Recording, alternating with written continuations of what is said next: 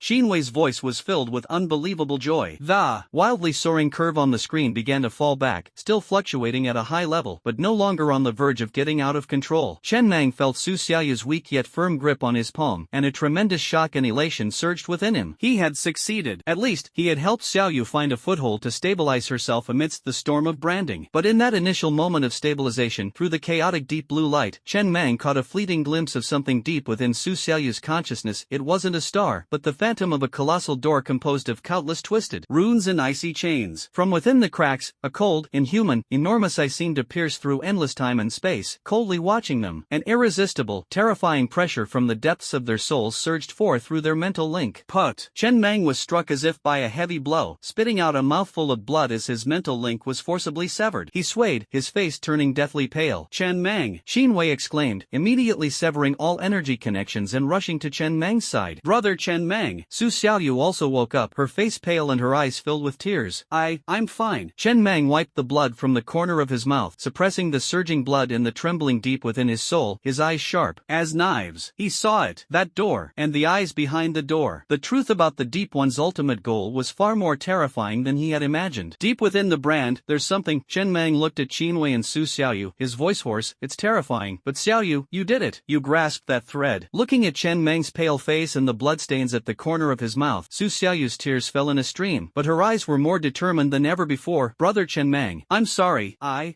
will try harder. Xinwei quickly examined the two of them and confirmed that it was only temporary damage caused by the mental shock, without any fundamental harm, before she breathed a slight sigh of relief. However, her gaze towards Chen Mang was full of complex worry and lingering fear. This was their first attempt, fraught with danger, yet it marked a crucial step forward. Su Xiaoyu found a foothold to steady her mind amidst the storm of branding, while Chen Mang glimpsed only the tip of the iceberg of ultimate terror. However, the storm outside did not subside because of this mental exploration. In the midst of the dramatic events within the quiet room, at the base command center, Old Ghost suddenly jumped up, pointing at an extremely subtle, virus-like abnormal data stream on the Ghost network screen that had been dormant for days before suddenly activating, and began to curse. Damn it! Those ravens are insidious. Instead of a direct assault, they planted a logic bomb in our city's water supply monitoring system, disguised as water quality fluctuation data. Their goal is to induce the city's water treatment plant to activate a deep filtration purification program at a specific time. That program releases ultrasonic waves of a specific frequency. By Ji's expression changed drastically. Deep purification ultrasound, that frequency, it's a resonant harmonic with the infrasound that induced the mental breakdown with the dream illusion toxin. They want to use the city's water pipes to create a silent, large-scale mental manipulation attack, covering the entire Jiangchang. The target is still to locate and catch small fish in the chaos? Prometheus the Raven's revenge was far more insidious, vicious, and utterly depraved than imagined. They used millions of innocent citizens of the entire city as bait and tools to capture Su Xiaoyu. Chen Mang wiped the blood from the corner of his mouth, his eyes blazing with a colder fury than before. The exploration of the spiritual world had just begun to show promise, but the venomous snake of the real world had already bared its deadly fangs, aimed directly at everything he had sworn to protect. Inside the quiet room, Chen Mang wiped the blood from the corner of his mouth, suppressing the tremor and chill that welled up deep within his soul from glimpsing the eye behind the door. Su Xiaoyu's eyes were filled with tears, but her gaze revealed an unprecedented determination. Qin Wei quickly completed a preliminary examination, confirming that neither of them had suffered irreversible damage, but Chen Mang was mentally exhausted, and Su Xiaoyu also needed time to recover from the aftereffects of the brand. Deep within the brand, there is a door, and Chen Mang's voice was hoarse as he tried to describe the terrifying scene. Don't speak yet. Qin Wei decisively interrupted, injecting a nerve-soothing injection into Chen Mang's arm. Concentrate on recovering. Xiaoyu, take a deep breath and feel the gentle nourishment of the tranquil jade. Just then, the door to the quiet room was suddenly pushed open, and Lin Wan rushed in with a look of panic, followed closely by Bai Gu and Lao Gui, whose faces were ashen. Chen Mang, Sister Qin Wei, it's an emergency. Lin Wan's voice was choked with sobs. Bai Gu and Lao Gui discovered that Raven has tampered with the water system. They plan to use the city's water pipes to release ultrasonic waves, creating mental chaos. Their goal is to capture Xiaoyu in the confusion. Buzz. The heaviness that had just settled in Chen Mang's eyes due to the mental exploration was instantly swallowed up by an even colder rage. He stood up abruptly, forcibly suppressing the soothing effects of the injection, and a surge of iron-blooded killing intent erupted. The specifics. He stared at the white dove with eyes as sharp as a knife. Bai Gu spoke rapidly, bringing up the Ghost Network monitoring interface. The logic bomb has been activated, disguised as abnormal water quality fluctuation data. It is inducing the central water plant's main control system. It is expected that the system will automatically start the deep purification program in 1 hour. Once started, ultrasonic waves of a specific frequency will be released through the city's pipe network. After analyzing the frequency, Lao Gui discovered that this forms a fatal resonance harmonic with the infrasound of Illusion Dream. The coverage area is the entire Jiangchang. 1 hour. Chen Mang's eyes flashed like lightning. Can you remotely disarm the bomb? Almost impossible. Sweat beaded on White Dove's forehead. The bomb code is embedded in the normal data stream, extremely well hidden and complex. Forcibly cracking it would likely trigger self-destruction or premature detonation. Moreover, the other side has a backup plan. The water plant's main control system firewall has been temporarily hardened, and an unknown demon has appeared. It looks like the hackers from Raven are remotely controlling it. Damn it! These bastards! Old Ghost cursed. They're using millions of Jiangcheng people as bait and cannon fodder. We absolutely cannot let them succeed. Qin Wei's face turned deathly pale. The consequences of such a large-scale mental breakdown are unimaginable. Hospitals, schools, and transportation will all be paralyzed. Countless people will be injured or even killed. Chen Mang took a deep breath, forcibly suppressing the surging anger and bloodlust within him. Time was of the essence. There was no room for hesitation. He swiftly issued the order. White Dove, Old Ghost, disrupt the water plant's main control system with all your might. Delay the start-up of the deep purification process. We don't need to completely crack it, just stall it. Buy time for the ground operation. Hua Gang, Lei Pao, assemble the Sharp Blade Squad. Bring the strongest assault equipment. Target Jiangcheng Central Water Plant Control Center. We must physically shut down that damned program. Lin Wan, contact Secretary Zhang immediately. No, contact Vice Mayor Li and Director Zhao directly. Highest level red alert. Inform them of Raven's conspiracy. Request, first, immediately issue an emergency notice to the entire city regarding water quality maintenance to reassure the public and prevent panic and stampedes. Second, deploy special police and fire departments to seal off the area around the water plant and evacuate unrelated personnel. Third, coordinate with the Dragon Group. I need them to cut off the Raven hackers' remote connection. Xin Wei, guard the base. Protect Elder One and Xiao Yu. Activate the highest level of internal defense. No one is allowed to enter or leave before I return. The orders were issued in rapid succession, clear, decisive, and unquestionable. Everyone felt the impending urgency in Chen Mang's do-or-die determination. Yes, everyone responded in unison and quickly split up to carry out the task. The rock base instantly sprang into action, like a war beast awakened from its slumber. On the information battlefield, White Dove and Old Ghost, their eyes bloodshot, were one with the Ghost network system, their fingers flying across the virtual keyboard like afterimages. They no longer tried to completely crack the logic bombs, but instead used massive streams of junk data, simulated fault signals, and even risked exposing several peripheral trap nodes to frantically attack and interfere with the water plant's main control systems. Judgment process. On the screen, the countdown progress bar representing the start of deep purification moved forward slowly, as if stuck in a quagmire. During the ground raid, the roar of armored vehicle engines ripped through the base's tranquility. Several armored vehicles, like beasts, unleashed, carrying the fully armed Sharp Blade Squad, led by Hua Gang and Lei Pao, flashing lights and ignoring all traffic rules, sped towards the central water plant on the other side of the city. The atmosphere inside the vehicles was as heavy as iron. Everyone repeatedly checked their equipment, their eyes burning with rage. What they had to stop was a bioterrorist attack targeting the entire city. Official collaboration. Lin Wan's call went directly into Vice Mayor Li's office. After a brief but shocking revelation, there was a moment of silence on the other end of the line. Then, Vice Mayor Li, barely suppressing his shock, decisively gave the order, "Understood. I'll activate the highest level of emergency response immediately. Ms. Lin, please tell Chun Mang, Zhangqiang, go all out." Almost simultaneously, Director Zhao Jiangwo called, his voice hoarse, "The SWAT team and fire department are already deployed. Special Agent Lin Yu from the Dragon Group has also intervened. She's trying to track down and cut off the remote hacker signal. Chen Mang, you must act quickly. Base defense." Xin Wei swiftly deployed medical robots to transfer Wen Yuan and Su Xiaoyu to the most central and secure area of the base. All automated defense weapons activated, the base gate slammed shut, and the base entered its highest level of lockdown. She stood at the monitoring station, her eyes glued to the multi-screen display showing the battlefield between White Dove and Old Ghost, the location of the Sharp Blade Squad, and the countdown at the water plant. Cold sweat trickled down her palms. The Jiangqing Central Water Plant, a massive complex vital to the lives of millions of citizens, has now become a silent yet smoke-filled battlefield. Outside the water plant, piercing sirens blared through the air. A large number of special police and fire trucks quickly arrived, cordoned off the area, and evacuated staff. Citizens gathered in the distance, discussing the incident with suspicion and speculation, eager to know what major accident had occurred. Inside the water plant's main control building, the atmosphere was unusually eerie. Most of the staff on duty had been evacuated beforehand, or were trapped in other areas due to unexplained malfunctions. The heavy alloy door of the main control center was tightly shut, and the access control system flashed a red light indicating the highest level of lockout. The Sharp Blade Squad has arrived. Armored vehicles rammed through the water plant gate, and the team members leaped out like cheetahs. Hua Gang immediately commanded, "Team A, clear the area and secure the perimeter. Team B, follow me." Lei Pao, breach the gate. Lei Pao, carrying a specially designed directional breaching device, rushed to the main control center gate. Boom! A deafening roar erupted as the alloy gate was blasted open. Before the smoke had even cleared, stun grenades and tear gas were swiftly thrown inside. Cough, cough, cough. Violent coughing and screams came from inside. Charge! Hua Gang and Lei Pao took the lead, charging in with their team. Inside, there were only a few technicians who had been bribed or coerced by Raven. Under the suppression of stun grenades and tear gas, they were powerless to fight back and were subdued instantly. Inside the control center, on the massive screen, the damned deep cleansing program countdown stubbornly reached its final 5 minutes despite the interference. On the control panel, an encrypted black box was connected to the main system via a data cable, its red light flashing wildly clearly the physical interface used by the Raven hackers for remote control. "That's it. Destroy it," Hua Gang roared. One of the team members raised his gun and aimed. "Wait." Lei Pao suddenly stopped him, pointing to the complicated wiring on the screen. "Damn it. There's a physical anti-tamper device. Forcibly breaking it might directly activate the program. Only 4 minutes left. Make way." A deep, familiar voice came from the doorway, and Chen Mang's figure appeared amidst the smoke. His face was still slightly pale, but his eyes were sharp as an eagle's, clearly indicating that he had arrived alone at top speed to draw the convoy's attention. He strode to the control panel, ignoring the flashing warning lights, his gaze fixed on the complex wiring connected to the black box. The strain on his mental state made his reactions slightly sluggish, but his battlefield instincts and determination to protect sustained him. White Dove, report the interference. The enemy hackers are launching a desperate counterattack. We can only hold them off for a minute at most. They will definitely start in 3 minutes. White Dove's voice was hoarse with despair. Chen Mang took a deep breath, a flash of golden blue light passing through his eyes. Instead of resorting to violence, he stretched out his hands and swiftly and precisely manipulated the dense network of wires, his movements as precise as those of a fine instrument, driven by an almost instinctive intuition. He forcefully pushed the heightened perception granted by the power of the star essence to its limit, his fingertips seemingly able to see the flow of data. "What is he doing?" one of the team members asked in astonishment. "Physics, reverse flow interruption?" Hua Gang's eyes were filled with disbelief. Time ticked by second, and the countdown entered its final minute. Fine beads of sweat appeared on Chen Mang's forehead and his face grew increasingly pale, but his movements remained as steady as a rock. Suddenly, he grabbed the 2 critical data cables and yanked them hard. At the same time, the power of the star essence flowed from his fingertips, like a weak electric current, instantly injecting into a certain node of the circuit board. The red light on the black box suddenly went out. The frantically flashing countdown screen froze abruptly in the last 10 seconds, like a duck being choked. Then, a huge red error message popped up on the screen. Deep cleansing program failed to start. System error. Inside the command center, Bai Ge and Lao Gui slumped in their chairs, drenched in sweat, their faces beaming with the ecstatic joy of surviving a close call. At the base, Xin Wei and Lin Wan embraced tightly, leaping with happiness. The water plant's main control center was deathly silent. All eyes were fixed on Chen Mang, who stood in front of the control panel, slightly out of breath. His back was to everyone, and his figure appeared exceptionally tall in the dim light of the screen. However, just as everyone relaxed their guard slightly, the black box, whose power had been physically cut off by Chen Mang, suddenly emitted an extremely sharp and piercing high-frequency shriek. An invisible and violent mental shockwave, like an invisible tsunami, suddenly spread out from the center of the box. "Beware of mental shock." Chen Mang's pupils shrank sharply as he shouted. At the same time, the remaining star marrow power within his body erupted instantly, forming a thin golden halo barrier in front of him. The closest team members, including Hua Gang and Lei Pao, seemed to have been struck by a heavy hammer. They groaned and collapsed to the ground in pain, clutching their heads. Team members who were a little further away also felt a violent dizziness and nausea. "This raven is incredibly vicious." The instant the physical contamination was destroyed, it also preset a final mental attack trap. Its clear objective was to eliminate everyone present. Chen Mang was the first to be hit. Already exhausted, he was struck by this attack and his vision blurred. A sweet taste rose in his throat, and he endured the impending onset of his injuries. He desperately held up the light barrier to protect his teammates behind him, his eyes burning with intense rage. "Raven, this grudge must be settled in blood." Inside the central water plant's main control room, the piercing alarm abruptly ceased, replaced by a deathly silence and the thick stench of blood. The invisible shockwave felt like a heavy hammer, relentlessly pounding on everyone's soul. Ugh! Hua Gang's burly body swayed, and he knelt on one knee, blood gushing from beneath his helmet visor. Lei Pao groaned, slid against the wall, his face pale, and fine blood seeping from his 7 orifices. Bai Ge and Lao Gui collapsed to the ground, their electronic devices slipping from their hands, their eyes glazed over. Several members of the rock team even fainted. The only one still standing was Chen Mang. He stood like a blood-soaked statue of a war god, shielding his teammates from the source of the shockwave. The deep blue light of the star marrow flickered and distorted on his body, forming a precarious shield that withstood the majority of the mental backlash. Blood continuously gushed from his mouth, nostrils, and even ears, staining the collar of his combat uniform. He crossed his arms in front of him, his knuckles white from the strain, his body trembling slightly. Each violent fluctuation of the star marrow light sent shivers down his spine, as if he were bearing an immense weight. "Captain." Hua Gang struggled to stand up. Chen Mang did not respond. His gaze was fixed on the core component of the logic bomb on the main control panel, which he had just physically destroyed in a near self-destructive manner. The thing was emitting blue smoke, and the remaining eerie energy fluctuations caused the star marrow power within his body to surge like boiling water, fiercely resisting that cold malice. Put! Another mouthful of blood spurted out, and Chen Mang's vision went black. The star marrow shield flickered violently a few times before suddenly going out. His tall body swayed, and finally, unable to hold on any longer, he fell straight backward. "Chen Mang!" Xin Wei's heart-wrenching scream came through the communicator. The atmosphere at the temporary medical center at the rock base was so heavy it seemed like you could wring water out of it. The heaviest stretcher was rushed into the operating room, carrying the unconscious and weakly breathing Chen Mang. Xin Wei, already dressed in sterile clothing, her eyes icy cold, moved with lightning speed. Various life monitoring instruments were instantly connected, the numbers flashing on the screens alarming: erratic heart rate, extremely low blood pressure, and abnormally high frequency spikes in his brainwaves, typical signs of severe mental exhaustion and a violent backlash. Even more troublesome was the fact that the powerful stellar marrow energy within him had lost its master's control, violently surging through his meridians like a runaway horse, further tearing apart his internal organs. Star marrow backlash. Quickly prepare psionic stabilizers at the highest concentration. Activate physical cooling equipment immediately. I need to monitor his mental C fluctuations in real time. Shinwei's voice was resolute and decisive, leaving no room for ambiguity. Her slender fingers rested on Chen Mang's wrist pulse, feeling the violent and chaotic energy flow, her brows furrowing tightly. Star marrow is a stable anchor, but when the anchor chain breaks, its own weight can become a fatal burden. In the adjacent observation room, Lin Wan, pale-faced, leaned back in her chair, a bandage on her forehead. The shockwave from the previous attack hadn't subsided, and she too had been shaken. Staring at the flashing red light of the operating room, her hands clenched so tightly, her nails almost dug into her palms. Forcing herself to calm down, she took a deep breath, picked up the encrypted satellite phone, and spoke. With unwavering authority, this is Lin Wan. Immediately activate the highest level of the ROC Public Relations Emergency Plan. Contact all partner media outlets and establish the following statement. ROC Security assisted the authorities in thwarting a vicious terrorist attack against the city's public safety during an extreme crisis, with several members sustaining heroic injuries. Emphasize the terrorists' international background and dangerous nature. All Lin family resources will be fully utilized to cooperate with Vice Mayor Li and Director Zhao in crisis management to quell public panic. Any rumors detrimental to ROC security must be completely eliminated within 3 hours. After hanging up the phone, she turned to look at Lei Pao, who was standing guard by Su Xiaoyu's bedside. At the end of the attack, Xiaoyu was also affected by the mental shock. At this moment, her brows were furrowed, and fine beads of cold sweat appeared on her forehead. The mental imprint emitted an unstable dark blue light, flickering like a candle in the wind. How is Xiaoyu doing? Lin Wan's voice softened. Lei Pao shook his head, his eyes full of worry. The brand's fluctuations are extremely intense, more so than before. We've already used the medicine Dr. Qin gave us, but the effect is not obvious. She seems to be having nightmares. He carefully wiped the sweat from Xiaoyu's forehead with his rough hands, his movements clumsy but exceptionally gentle. Lin Wan's heart tightened, her gaze shifting between the operating room and Xiaoyu. A heavy pressure almost made her breathless. Chen Mang had fallen, as if half of the rock-solid pillar had collapsed, while the storm outside had only just begun. The atmosphere in the base command center was equally somber. The lights were dim, and the huge main screen displayed segmented surveillance footage of the city's major areas, a heat map of online public opinion, and an analysis window showing the residual data from the water plant attack. Old Ghost's eyes were bloodshot, his fingers flying across the virtual keyboard as he cursed incessantly, "Damn Raven. Insidious, so insidious." He slammed his hand on the table and pointed to the highlighted energy waveform on the main screen. "Look here." White Dove, zoom in and compare the waveform data of Su Xiaoyu and Wutong Alley with the waveform data from when the brand erupted just now. Bai Ji's face was also pale, but she forced herself to continue operating. The two sets of waveforms were enlarged side by side, and the complex spectrum lines were clearly presented. "Did you find it?" Old Ghost's voice was hoarse. Raven's logic bomb ultrasonic frequency wasn't a random, chaotic attack at all. It was precisely modulated. The main frequency band highly matches the deep resonant frequency of Little Fish's imprint. When that thing exploded in the city's pipe network, the resulting global infrasound waves and energy field were like a giant detection network. Bai Ge gasped. Their main goal isn't to create chaos, but to use this attack to actively stimulate and precisely pinpoint the characteristics of Xiaoyu's mental imprint throughout the city? That's right. Old Ghost gritted his teeth. That bomb was just a decoy. It was an extremely expensive and wide-ranging detector. What they really wanted was to capture the reaction patterns, energy spectrum, and even precise spatial coordinates of the small fish imprinted under extreme pressure amidst the chaos. Although Chen Meng prevented the disaster, he may have given them even more crucial data. A chill instantly spread throughout the command center. The enemy's schemes far exceeded their expectations. Just then, Director Zhao Jiangmo's tired but serious face appeared on the emergency communication screen, with the background seemingly being the Municipal Emergency Command Center. "Old Zhao?" Hua Gang answered the call, enduring the pain. Zhao Jiangmo skipped the pleasantries and went straight to the point, his voice heavy with a hint of anger. "Pancher, 2 points to report. First, Vice Mayor Li withstood immense pressure and has characterized the water plant incident as a thwart of an international terrorist attack, temporarily suppressing doubts about your excessive actions. However, Commissioner Lin Yu from the Dragon Group has arrived in Jiangchang, demanding a formal inquiry into Chen Mang's unauthorized actions, abuse of power, and the significant public safety risks she caused. She's right next to me." He stepped aside slightly, revealing Lin Yu's icy face in the corner of the screen. Lin Yu's gaze, sharp as a knife, swept over every injured member of the Panshur security team in the command center, finally settling dwelling on the operating room image of the unconscious Chen Mang. She spoke coldly. Chen Mang, head of Pan Sure Security, intervened in and led an unauthorized and poorly assessed conflict. His actions directly led to the risk of attacks on the city's core infrastructure, causing severe social panic and casualties among our personnel. Pursuant to Chapter 7, Section 3 of the Supernatural Event Management and Special Operations Regulations, on behalf of the Dragon Group's Supreme Command, I demand that Pan Sure Security submit a complete incident report immediately. Upon Chen Mang regaining consciousness and undergo a comprehensive review. Simultaneously, during the review period, all Pan Sure operations involving supernatural abilities must be suspended and subject to Dragon Group's supervision. Her words struck like a cold hammer, resounding heavily in everyone's hearts. Censorship? Regulation? This meant that Rock's most fundamental autonomy would be stripped away. Zhao Jiangwo then presented a second piece of grim news, his tone even more somber. The second piece of bad news is that the Sihai Gang, in conjunction with several established local security companies such as Golden Shield and Wei Yuan, as well as several chambers of commerce affiliated with the remnants of the Zhou family, is frantically maneuvering between the municipal government and the council. Taking advantage of the panic caused by the water plant attack, they are loudly proclaiming that Pan Sure Security's greater power means greater harm, it will bring disaster, and it will disrupt the stability of Jiangcheng, questioning whether Pan Sure has the capability and qualifications to undertake such a high-profile security task as the International Economic and Trade Forum. They are lobbying with all their might, attempting to strip Pan Sure of its leading role in the security of the forum's core area and transfer it to their company's for joint management, claiming this is a reasonable reason to avoid one company dominating and diversify risks. These jackals, Lei Pao roared, wincing in pain from his wound. The Zhou family just fell, and they can't wait to jump out and grab territory, and they even want to turn the tables on us? What Gang's face turned ashen. This is a fatal blow. Losing the forum, this huge order, and the official endorsement will immediately shrink the momentum that Pan Sure has just built. The newly recruited talent and the purchased equipment will all become a heavy burden. The open and covert attacks in the business world are more frustrating than direct combat. Pan Sure had just survived a bloody battle, repelling a venomous snake from the abyss, and before it could even catch its breath, the hyenas lurking in the shadows of Jiangcheng, drawn by the scent of blood, swarmed in, bearing their greedy fangs. Internally, with Chen Mang seriously injured, Su Xiaoyu's condition unstable, and the Dragon Group's intense investigation, and externally, surrounded by a pack of wolves encircling them in the business world, Pan Sure found itself in an unprecedented predicament, beset by internal and external troubles. Inside the operating room, under the operating lights, Xinwei was completely focused, fine beads of sweat forming on her forehead. She carefully injected a dose of psionic energy stabilizer, shimmering with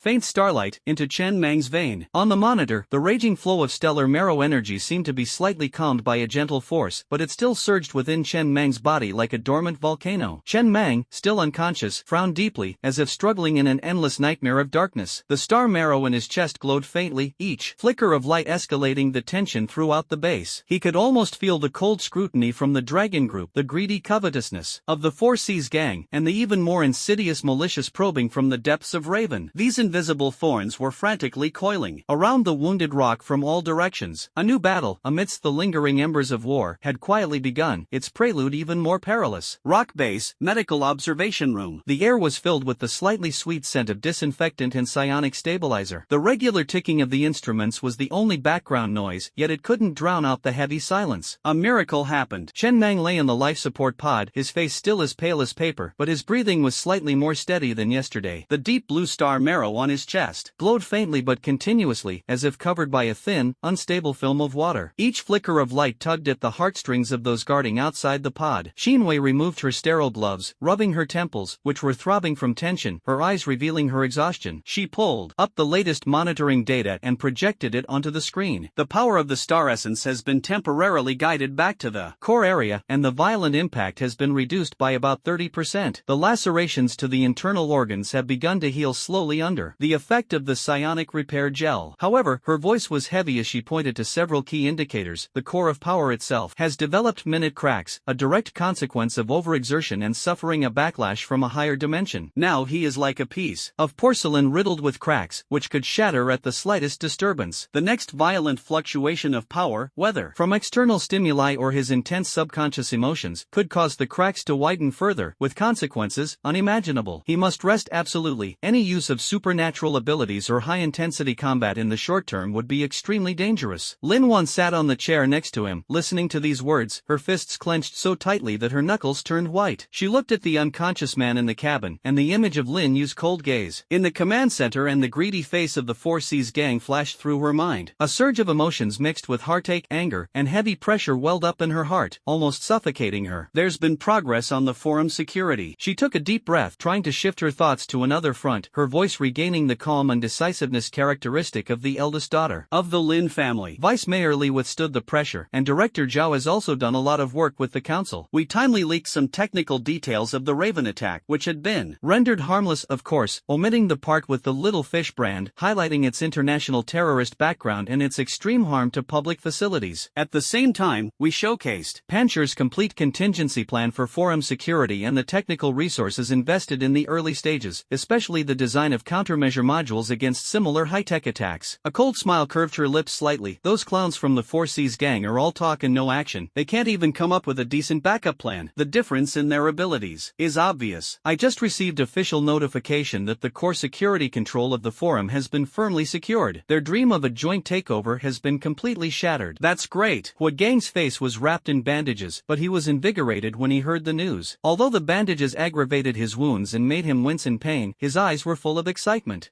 Those bastards got off easy. Lei Pao stood guard by Su Xiaoyu's bedside, his voice deep and resonant. Xiaoyu was sound asleep, her breathing steady, her brows relaxed, and the light of her spiritual imprint stable at a soft, light blue. Lei Pao stood like a guardian deity, never leaving her side. The project was saved, but the pressure on the cash flow remains, Lin Wan added. Although the Sihai gang failed to seize the project, they tripped us up in the supply chain and some subcontracting contracts, driving up our costs. I have already arranged for an emergency short-term bridging loan from the Lin Group's investment company, which has solved our immediate crisis. In addition, the Lin family will also bear all the costs for the procurement of new equipment and the reinforcement and upgrading of some areas of the base. Her words were firm and powerful, becoming a solid support for the comatose Chen Mang and the precarious Pan Shi. At that moment, the door to the medical room was pushed open, and Director Zhao Jiangwo walked in with one other person. The newcomer wasn't particularly tall, but his frame was robust and well-proportioned. His steps were steady and powerful, as if each step had been precisely calculated, landing silently. He wore a faded, old training uniform, his face resolute as if carved by a knife, and his eyes exceptionally bright, gleaming with a penetrating light. Most striking were his hands, large knuckles, calloused, with several deep scars winding and coiling on the back like coiled dragons, exuding a sense of strength honed through countless trials. He stood there quietly, like a silent reef, unmoved by the crashing waves. Old Zhao? Hua Gang and Lei Pao stood up at the same time, their eyes falling on the unfamiliar man, and a sense of pressure rose involuntarily in their hearts. Let me introduce you to a new comrade in arms, Zhao Jiangwo said with a rare smile, patting the man next to him on the shoulder. Hua Jinting, codename Iron Hand. Former head combat instructor of the Sharp Sword Brigade, he is proficient in various unarmed and cold weapon combat techniques from ancient and modern times, both Chinese and foreign, and is especially skilled in close combat and counterattacks in battlefield environments. He retired due to injury and is recuperating at home. I had a hard time persuading him to come to Pancher to serve as your close combat instructor and tactical advisor for the Sharp Blade Squad. Iron Hand Hua Jinting calmly surveyed everyone in the medical room, lingering for a moment on the unconscious Chen Mang, his eyes flickering slightly. He then turned to Hua Gang and Lei Pao, nodding slightly, his voice low and slightly hoarse, like sandpaper rubbing. Nice to meet you. A fierce fighting spirit blazed in Hua Gang's eyes. As the sharpest weapon in the Rock Blade Squad, he was absolutely confident in his close combat skills. Iron Hand? That's quite a name. Instructor, please give me your guidance. He took a step forward, his momentum undiminished despite his injuries. Lei Pao grinned, clenched his fist, and cracked his knuckles. I, Lei Pao, have also practiced farming skills for a few years. Shall we have a friendly spar with the instructor? Hua Jinting remained calm and responded indifferently. Training ground. The atmosphere inside the newly built mixed martial arts training arena at the base was heavy and tense. All the active Rock team members gathered around, holding their breath and staring intently. Hua Gang launched the first attack. He knew his opponent was an instructor, but his inherent pride compelled him to hold nothing back. A swift jab struck his center, as fast as lightning, accompanied by a piercing whistling sound as it tore through the air. This was a killing move he had honed in countless life-or-death battles. However, Hua Jinting merely shifted his body slightly, the movement so subtle it was almost imperceptible. Hua Gang's fist grazed his clothes, its force missing its mark. Before Hua Gang could react, Hua Jinting's calloused Iron Hand shot out like a ghost, without any explosive power, only a sticky, subtle pulling sensation. His 5 fingers, like hooks, gently touched the outside of Hua Gang's wrist, rapping, pulling, and flicking. Hua Gang suddenly felt an irresistible force surge towards him, as if his center of gravity had been instantly stripped away. His body was involuntarily pulled by that gentle force, lifted lifted into the air, and slammed heavily onto the specially made cushioning mat like a heavy sack, making a dull thud. Put! Hua Gang fell so hard he was dizzy and seeing stars, barely able to breathe. Gongzi! Lei Pao roared, his massive body charging forward like a tank, arms outstretched, ready to lock him in. This was his signature move. Once he grabbed his opponent, even a bear would be in trouble. Instead of retreating, Hua Jinting advanced, his footwork as elusive as a butterfly flitting among flowers. Just as Lei Pao's arms were about to close, he ducked and cut into his center. A hand seemingly lightly landed on Lei Pao's thick chest. A muffled thud, like a heavy hammer striking a drum, brought Lei Pao's charge to an abrupt halt. A concentrated, needle-like, and extremely penetrating internal force pierced through his muscles and slammed into his sternum, causing his internal organs to churn. His massive body staggered back 7 or 8 steps, collapsing onto his backside with a thud, his face pale. He clutched his chest, gasping for breath, unable to speak for a long time. Everyone was stunned by these two lightning-fast moves. No dazzling superpowers, no earth-shattering clashes, only absolute control that simplified complexity and rendered effortless power. Hua Gang's force was easily neutralized by a gentle, yielding approach. Lei Pao's brute force was instantly shattered by an extremely concentrated, penetrating force. This was the crushing superiority of pure skill and mastered, honed body control, the interplay of strength and gentleness, using the opponent's force against them, penetrating power. Hua Jinting withdrew his hand, his voice still calm, as if he had merely swatted away 2 flies. The battlefield is not a fighting ring. Killing intent, environment, weaknesses, and timing can all be utilized. You, however, expose your killing intent, your power scattered and not concentrated. You practice killing techniques, but you don't know how to conceal your killing. He walked to the center of the field, his gaze sweeping over the onlookers like a hawk's, including Hua Gang and Lei Pao, who had just managed to get up. From today onward, forget the fancy tricks you learned in the past. What I'm going to teach you is how to completely incapacitate the enemy, or eliminate them forever, in the shortest time and at the lowest cost. His words were cold and ruthless, sending a chill down the spines of everyone present, but even more so, a burning desire for power. Hua Gang and Lei Pao exchanged a glance, both seeing deep shock and unprecedented solemnity in each other's eyes. They struggled to stand up, straight and solemnly bowed to Hua Jinting with a standard fist salute. Instructor. They were completely convinced of Hua Jinting's authority. Late at night, in the old town of Jiangcheng, dim streetlights cast distorted shadows in the wet alleys, and the air was thick with the stifling smell of garbage mixed with rainwater. Lei Pao finished his extra training session. 3 hours of one-sided instruction from Tai Shou, leaving him feeling like his bones were about to fall apart, and dragged his exhausted body back to Pan Shi's temporary base in the new industrial park via a shortcut. The alley was secluded, rarely frequented during the day, and even quieter at night, broken only by the heavy footsteps and the distant, indistinct sounds of traffic. A veteran's instinctive alertness suddenly cleared his drowsy mind. It was too quiet, abnormally quiet. Just as he was about to turn out of the alley and step onto the relatively bright main road, 3 dark figures slid down silently from the shadows on both sides and the low wall above him like ghosts. They moved as swiftly as leopards, landing without a sound, and instantly surrounded him in a triangular formation deep in the narrow alley. Not a single word was superfluous, his killing intent was palpable. The man on the left crouched down and lunged forward, a dark light flashing in his hand aimed straight for Lei Pao's ribs at a tricky and ruthless angle. The man on the right delivered a vicious low sweep kick, whistling through the air as it swept towards Lei Pao's knee, intending to cripple his mobility. The man in front, like a viper spitting its tongue, silently struck Lei Pao's face with a palm strike carrying a chilling force. Perfect teamwork, precise timing, and a clear objective: to cripple or kill. These are no ordinary street thugs, but highly trained assassins or elite thugs. Lei Pao's pupils suddenly contracted. His exhausted body erupted with astonishing potential in the face of life-or-death crisis. He roared, and without thinking, slammed into the sidewall, narrowly avoiding the dark light, which felt like a military dagger, aimed at his ribs and the leg sweeping towards his lower body. At the same time, his massive fist, accompanied by a whistling sound, met the oncoming palm head-on with a devastating slam. Fist and palm struck, producing a muffled thud. Lei Pao felt a subtle and tricky force drill into his arm's meridians, causing a tingling and numb sensation, and his blood and chi surged. His opponent was also forced back a step by Lei Pao's violent force, a hint of surprise flashing in his eyes, clearly not expecting this seemingly clumsy big man to possess such terrifying strength. Damn it! Zhou family dogs? Or scum from the 4C's gang? Lei Pao roared, leaning against the wall in a defensive stance, his eyes fiercely scanning the 3 masked men who were approaching again, their auras chilling. The narrow space of the alleyway was extremely disadvantageous for a power-based fighter like him, and his opponents clearly understood this perfectly. The 3 masked men had icy eyes and offered no response. They simply adjusted their pace, like 3 wolves eyeing their prey, their killing intent intensifying. They drew their gleaming short blades. A sudden life-or-death struggle erupted in this dark and deserted alley. In the damp, cold alley, the stench of blood mingled with the putrid smell of garbage, permeating permeating the stagnant air. Lei Pao leaned against the rough brick wall, breathing heavily. Each breath aggravated the deep, bone-revealing wound on his left arm, the searing pain constantly stimulating his nerves. Blood soaked through the sleeve of his camouflage uniform, trickling down his arm and pooling into a small, dark red puddle at his feet. His right fist also throbbed, a mark left from enduring the opponent's vicious palm strike. Like hyenas smelling blood, the three masked assassins' attacks, far from weakening after their comrades' fall, grew even more vicious and cunning. Three poisoned daggers flashed deadly in the dim light, sealing off all his escape routes. The assassin facing him had icy eyes, and with a venomous thrust, aimed straight for Lei Pao's throat, which he couldn't fully protect due to his back against the wall. Simultaneously, attacks came from both sides. One slashed at the back of his supporting leg's knee, the other silently slicing towards his kidney. There was no way to avoid it. A resolute madness flashed in Lei Pao's eyes. His muscles tensed, and he prepared to take a knife to the side, even at the cost of losing a leg, to smash the enemy's facial bones with his head. Trading injury for life was the instinct of a veteran in dire straits. In that critical moment, when life and death were decided, a feint, almost imperceptible, yet sharp enough to tear through the nerves, pierced the stagnant killing formation without warning. The assassin on the left, who was aiming for Lei Pao's knee, abruptly stopped. His eyes widened in horror as he looked down in disbelief. At his wrist, a large, calloused hand, seemingly forged from iron, had appeared out of nowhere and firmly gripped his wrist. There was no burst of violent power, only a thick, cold, viscous, worm-like spiraling force that instantly pierced through his flesh, numbing the nerves and tendons of his entire arm. He didn't even feel pain. His arm felt completely numb, as if it didn't belong to him. Immediately afterwards, that huge, iron-like hand twisted and shook violently. A sharp, chilling crack of bone breaking echoed through the narrow alley. The assassin let out a short, agonizing scream as his wrist bent backward at an angle no human joint could ever achieve, the poisoned dagger clattering to the ground. A wave of excruciating pain washed over him, and he instantly collapsed, convulsing violently on the ground. The sudden turn of events caused the assassin, who was trying to get close to Lei Pao's waist, to pause for a moment. It was this delay of less than a tenth of a second that determined the difference between his life and death. A foot wearing an old military boot, silent yet lightning fast, kicked him with the precision of a battering ram at the side of his supporting leg's knee. With a muffled thud, the crisp sound of bones cracking rang out. The assassin felt his knee shatter instantly as if it had been run over by a heavy truck. He didn't even have a chance to scream. His whole body was like a sack without bones, slammed diagonally against the brick wall next to him. His head hit the hard wall hard, but he didn't even utter a groan before passing out and sliding limply to the ground. In the blink of an eye, his movements were as swift as a rabbit leaping and a falcon swooping. From the sound of air being torn apart to the two elite assassins instantly losing their fighting ability, the entire process took no more than 2 seconds. The speed was so fast that even after images were difficult to catch. The assassin directly in front of him, determined to strike, thrust his blade just 3 inches from Lei Pao's throat. However, the instant he saw his companion's gruesome state, his soul seemed to flee, and his thrust froze, revealing a fatal hesitation. He didn't even have time to see the attacker clearly. He only felt a chilling, bone-deep aura of death, like an invisible giant net, instantly enveloping him. It was a pure, overwhelming skill, a suffocating despair. A calloused yet steady hand traversed space, arriving before him and with perfect precision, its 5 fingers spread wide, gripping his wrist holding the knife. At the same time, a viscous, chilling spiraling force instantly seeped into his very bones. A final madness erupted in the assassin's eyes. He suddenly drew a serrated dagger from his waist with his left hand and desperately stabbed the man in front of him in the ribs. It was a desperate act of mutual destruction. However, just as he raised his left hand halfway, his wrist was seized by another, even faster hand with lightning speed. Huo Jinting's calm, expressionless eyes were inches away, devoid of any emotion, only showing indifference towards life. He tightened his grip on the assassin's wrists with a twist and a turn. Crack, crack. 2 teeth-grinding sounds of bones cracking rang out. The assassin's wrists were instantly dislocated and twisted in reverse joint lock. The excruciating pain made his vision go black, and he let out a groan that escaped his throat. All the strength in his body drained away in an instant, and the serrated dagger fell limply to the ground. Huo Jinting released his grip, leaving the assassin, who was completely incapacitated, limp on the ground like a lump of mud, writhing and convulsing in excruciating pain, emitting suppressed, inhuman whimpers. The entire process was seamless, without a single superfluous movement or roar, only extreme ruthlessness and efficiency. In the narrow alley, the 3 elite assassins who had been so menacing just moments before were now 2 unconscious and 1 with both hands crippled, groaning in pain, utterly incapable of fighting. Iron Hand Instructor. Lei Pao leaned against the wall, letting out a long breath of relief. Looking at Huo Jinting's rock-solid back, his heart was filled with shock and gratitude. Those swift, deadly moves perfectly exemplified the concealed killing and efficiency he'd spoken of in training. This was no longer combat, it was the art of killing, pure art. Huo Jinting didn't turn around, but glanced in indifferently at the three incapacitated men on the ground. His gaze finally settled on the prisoner whose hands were twisted and who was groaning in pain. "Can you still walk?" he asked Lei Pao in a hoarse but calm voice. "I can." Lei Pao gritted his teeth, tore off a piece of his shirt to hastily wrap the wound on his left arm, and struggled to stand up straight. Compared to almost losing his life just now, this injury was nothing. Huo Jinting bent down and lifted the still convulsing and groaning prisoner with one hand as if he were a chick. "Go." His words were brief and forceful, and he strode towards the alley entrance first. Lei Pao took a deep breath and followed closely behind, enduring the pain. The dim light of the streetlights finally shone on them, leaving the dark alley filled with blood and despair far behind them. Rock base, underground interrogation room. Cold, incandescent bulbs cast a stark white light on the small space, the air thick with the smell of disinfectant, and a faint stench of blood. The walls and floor were covered with sound-absorbing material, completely isolating the room from all outside noise. The assassin, his hands simply restrained to prevent him from moving and aggravating his injuries due to excruciating pain, and his face mask torn off, was tightly bound to a specially made alloy interrogation chair. His face was ashen. Beads of sweat rolled down his forehead, and he trembled violently from the intense pain and fear. The excruciating pain from his broken and twisted wrists constantly reminded him of the terror emanating from the silent man before him. Huo Jinting stood before him, his tall figure casting a thick shadow that completely enveloped him. There was no roar, no threat, not even a superfluous expression. He simply gazed silently at the prisoner, his calm, watery eyes more oppressive than any instrument of torture. That gaze seemed to pierce through the skin, reaching the most vulnerable corners of the soul. "Say your name," Huo Jinting said, his voice low and deep, like muffled thunder rumbling in the silent interrogation room. The prisoner's lips trembled, his eyes darted away, and he seemed to still be struggling. Huo Jinting neither urged him nor inflicted any torture. He simply raised his right hand slowly, his calloused, large-knuckled iron hand gleaming with a metallic coldness under the pale light. He slowly and steadily extended his index finger and gently touched a specific spot below the captive's left collarbone. The action seemed simple, without even actually touching the skin, yet the prisoner's body stiffened abruptly, his eyes flashing with extreme fear. He clearly remembered that it was this very hand that had effortlessly snapped his companion's neck and crippled his hands. The excruciating pain that penetrated to the bone and the feeling of losing control of his strength instantly overwhelmed him. "No, no, I'll talk." The prisoner's psychological defenses completely collapsed in the face of pure fear of unknown pain, his voice trembling with sobs.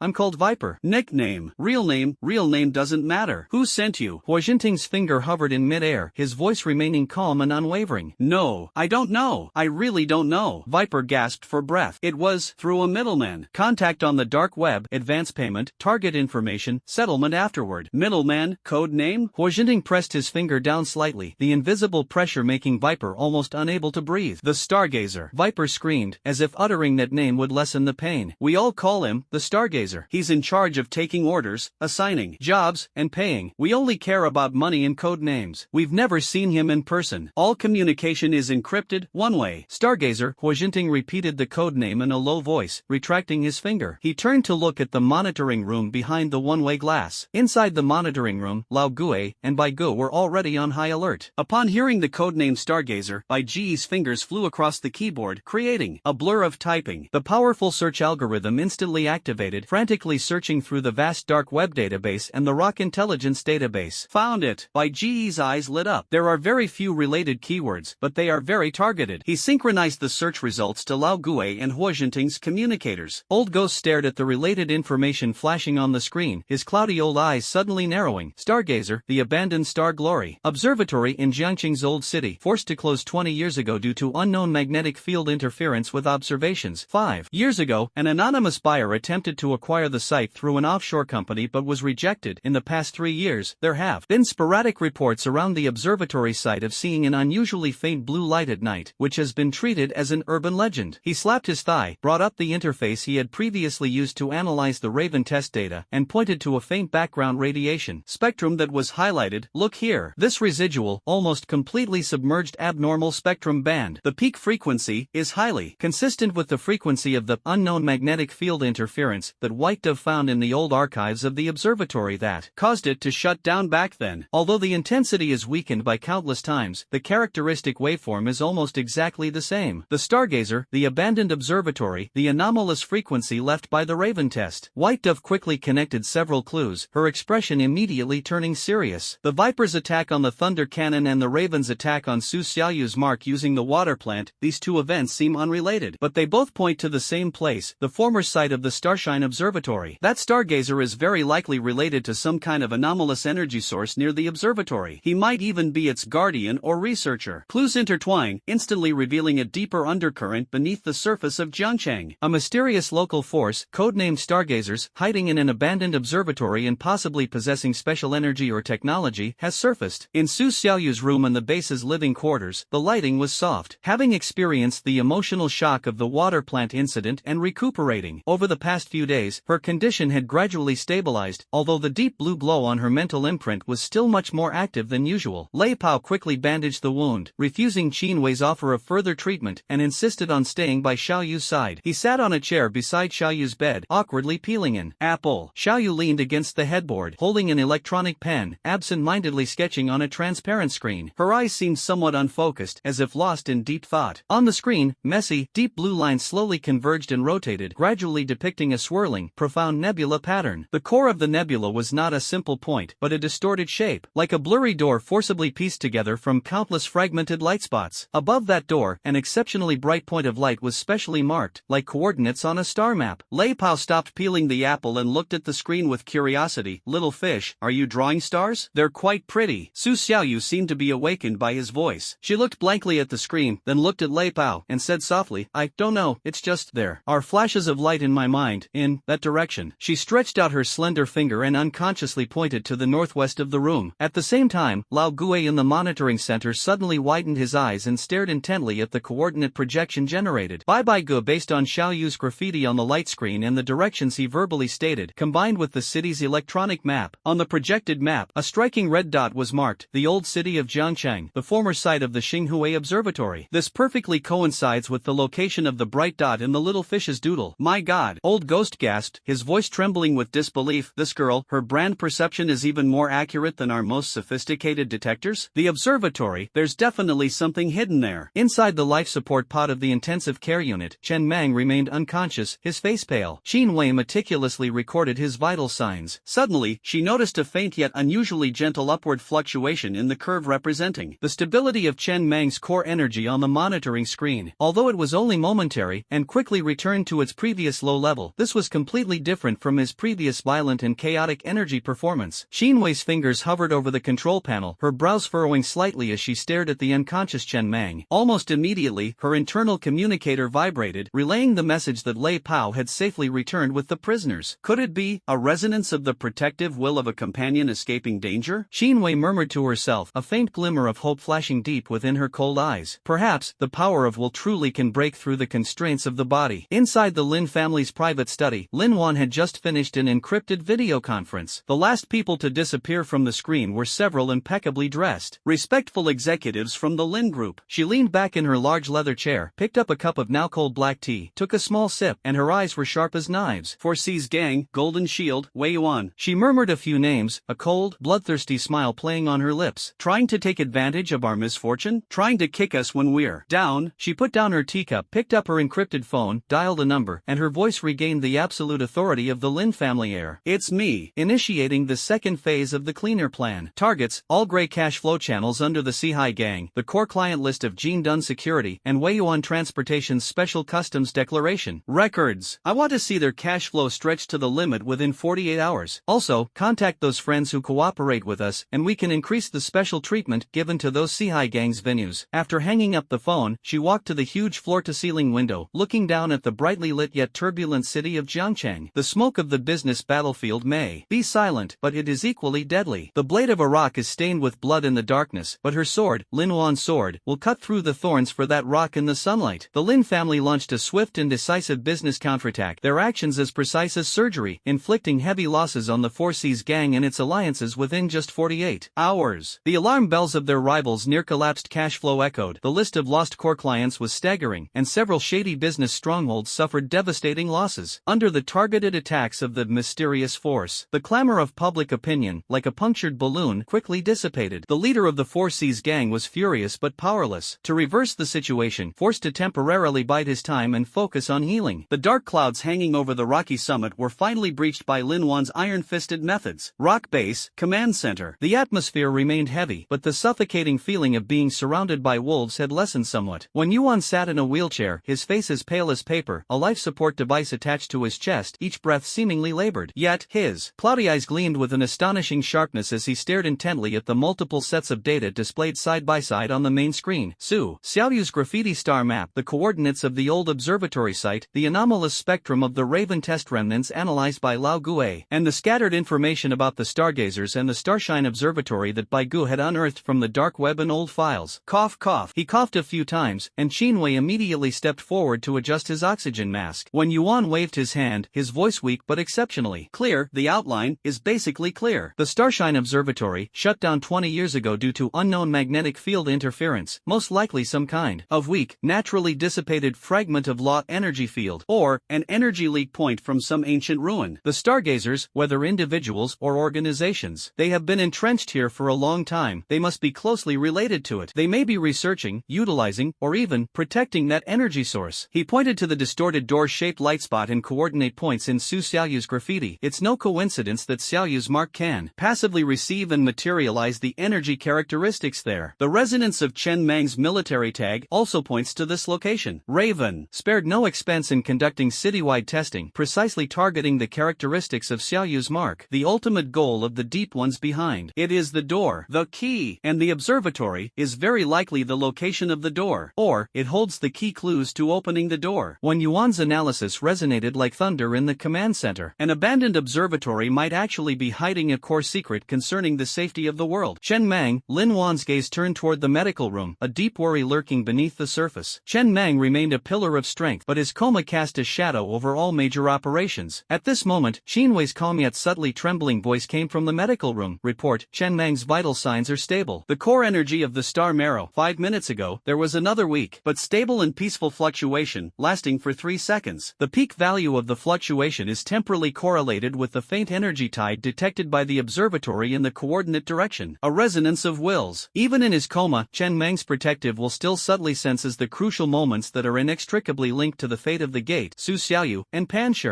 A glint of light flashed in Wen Yuan's eyes, as if he had made up his mind. He looked at Lin Wan, Wu Gang, Taisho Huojinting, Lei Pao, and the others. The opportunity is fleeting. Raven has suffered a setback. Stargazers have been exposed, and the local forces are in chaos. Now is the best and only opportunity for us to uncover the observatory's secrets. By the time the deep ones or stargazers realize what's happening, it will be too late. He took a deep breath, seemingly using all his strength. I suggest immediately assembling an elite reconnaissance team. The target is the former site of the Starshine Observatory. The mission is preliminary reconnaissance, confirming the nature of the energy source, searching for clues about the stargazers, and assessing the threat level. The operation must be swift, precise, and covert. I agree. Lin Wan was the first to speak, her tone firm. The Lin family will provide external support and intelligence shielding. The Sharp Blade Squad has a duty to fulfill. Hu Gang straightened his chest, his eyes still sharp as knives despite his old injuries. Iron Hand Fok Chunting nodded silently, standing with his arms crossed, like a peerless blade hidden in its sheath. Lei Pao clenched his fist. Count me in. Let's see which bastard is hiding in a rat hole plotting against us. When Yuan's gaze finally landed in the direction of the medical room, as if piercing through the wall, meeting the eyes of the unconscious Chen Mang. Chen Mang, we have received your will. The first step, Pan Shi will take your place. The night was as dark as ink, so thick it seemed impossible to disperse. The abandoned Xinghui Observatory stood alone on a sparsely vegetated hill on the outskirts of Jiangcheng, far from the city lights. Only the pale moonlight outlined its massive white dome and rusty supports, like the remains of a prehistoric behemoth lurking in the darkness. The night wind howled through the broken windows, adding to the eerie atmosphere. Several agile figures, almost blending into the night, silently crept to the rusted barbed wire fence surrounding the observatory. It was Hu Gang's sharp reconnaissance squad. Hu Gang, commander and assault, Iron Hand Huojinting, spearman and trap expert, thunder cannon, heavy firepower, old ghost, technical support and energy detection, and White Dove, communications and electronic warfare. White Dove, scan for electronic signals and heat sources on the periphery. Hu Gang instructed in a low voice. White Dove quickly operated the microcomputer on its wrist. No active electronic signals on the periphery. Heat source scan. Only a few rodents. Inside, there is a weak energy field interference, shielding most of the detection, making it impossible to confirm the internal situation. Iron Hand, it's up to you now. Hu Gang's gaze fell on Huojinting. Huojinting remained silent, approaching the damaged barbed wire like a cat. His iron hands gently brushed, pressed, and listened over several seemingly ordinary rust spots and inconspicuous protrusions on the ground. After a few seconds, he spoke in a low voice. 3 passive vibration induction lines, and 2 microcurrent tripwire traps disguised as rusted wire. Professional technique, not your average petty thief. As he spoke, his hands moved with lightning speed, precisely cutting the induction lines with specially made insulated pliers or disarming the current traps with a miniature demagnetizer, his movements fluid and silent. Go! Huo Jinting was the first to squeeze through the breach. The team members followed closely behind, quickly blending into the huge shadow cast by the main building of the observatory. The path leading to the main dome observation chamber was covered in dust and broken instrument parts, and the air was filled with the musty smell of dust and a faint, indescribable ozone aura. The pointer of the portable energy detector in old Gui's hand flickered slightly, pointing towards the dome. The energy field interference is increasing. Watch your step in the walls, the old ghost whispered a warning. Before he could finish speaking, Huo Jinting, who was walking at the front, suddenly raised his hand to signal a stop. He squatted down and carefully examined the dusty ground. Then, he carefully used a thin probe to pick up a metal wire thinner than a hair and almost transparent from the crack of a loose floor tile. Laser tripping, linked. Huo Jinting's voice remained calm, but his eyes were sharp. He gestured for everyone to retreat, then lay prone on the ground like a gecko, using the shadows and angles to dodge several intersecting laser beams that were almost imperceptible to the naked eye with incredible flexibility and precision. He found the core of the trigger device hidden in a dark compartment in the wall and locked the reed with a specially made ceramic probe. Disarm, continue forward. The journey was uneventful. Huo Jinting, like a highly skilled bomb disposal expert and master of stealth, defused the traps he encountered along the way one by one: pressure-sensitive floors, sonic-triggered crossbow bolts, directional, microwave burners. These traps were of mixed styles, showing both high-tech features and rough, ruthless handmade craftsmanship, clearly indicating that they were set up by more than one person over a very long period of time. Finally, the team arrived at the enormous domed observation room. Under the empty dome, most of the instruments had already been moved or damaged, leaving only the massive telescope bases and broken cables. However, in the center of the room, a peculiar device caught everyone's attention. It was a metal platform partially embedded in the ground, its surface covered with intricate and ancient etchings. At its center was a hexagonal groove, which was completely empty. Suspended above the platform were several broken ring-shaped structures composed of unknown crystals and crystal lenses. Most of them were shattered, with only a few pieces hanging precariously, reflecting the faint moonlight in the darkness. That's it. Old Ghost's detector pointer jumped wildly, pointing to the center of the platform. Energy field interference source. Although weak, its spectral characteristics highly matched the data from the little fish graffiti and raven residual. Huo Gang signaled for caution. Taisho stepped forward and carefully inspected the platform and its surroundings. Only after confirming there were no traps did Lao Gui cautiously approach. The pattern on the platform doesn't belong to any known modern or ancient mainstream civilization style. It has a strong sense of geometric abstraction. Old Gui carefully recorded with a high-powered scanner in the central groove. There are still residual burn marks from energy. The shape looks like a fragment of a polyhedron. Judging from the depth of the burn marks and the energy dissipation pattern, this inlay was forcibly removed no more than a year ago. Just then, White Dove's voice suddenly rang out urgently in the encrypted channel. Captain, emergency. The outer ghost net has detected 6 unidentified signal sources. They are moving extremely fast. They have breached the outer perimeter cordon. They are encircling the main observatory building from the east and west. Thermal imaging shows everyone is fully armed. Their tactical maneuvers are professional. They are definitely not fodder from the Four Seas gang. Repeat, not the Four Seas gang. Almost simultaneously, Lei Pao let out a deep, angry roar. Something's happening. Downstairs. His massive body suddenly turned toward the spiral staircase leading downstairs, and he quickly raised his shotgun. Huo Gang's heart sank. He'd been discovered. The newcomers were fierce, swift, and professional. They were no ordinary people. Prepare for battle. Huo Gang shouted. Old Ghost, record the platform data as soon as possible. White Dove, immediately attempt to disrupt enemy communications. Iron Hand, Thunder Cannon, guard the entrance. The enemy is no pushover. Huo Jinting's figure flashed like a ghost to the shadows at the entrance of the spiral staircase, his iron hand slowly clenching, his eyes as cold as ice. Lei Pao stood like a solid wall in front of Lao Gui and the platform, the dark muzzle of his shotgun pointing directly at the dark passageway below. Heavy, deliberately light footsteps approached rapidly from downstairs like drumbeats, accompanied by the low hum of some kind of energy weapon charging. Clearly, the other side had also spotted them and was preparing to attack without hesitation. The core of the abandoned observatory instantly transformed into a deadly trap. The Sharp Blade Squad, these explorers who had just uncovered a corner of the secret, instantly became prey targeted by the hunters. In the darkness beneath the spiral staircase, the muffled bursts of gunfire ripped through the deathly silence of the observation room. Bullets struck precisely the metal wreckage in front of Lei Pao, sending up blinding sparks. Immediately afterward, 2 figures darted out of the shadows like cheetahs, their movements swift and deadly. One rolled to find cover and maintain suppressive fire, while the other, using his teammates' cover, brandished a uniquely designed energy pistol with a bluish muzzle muzzle and charged straight at the gap in Lei Pao's defenses. It's the Deep One's scavengers. Watch out for energy weapons.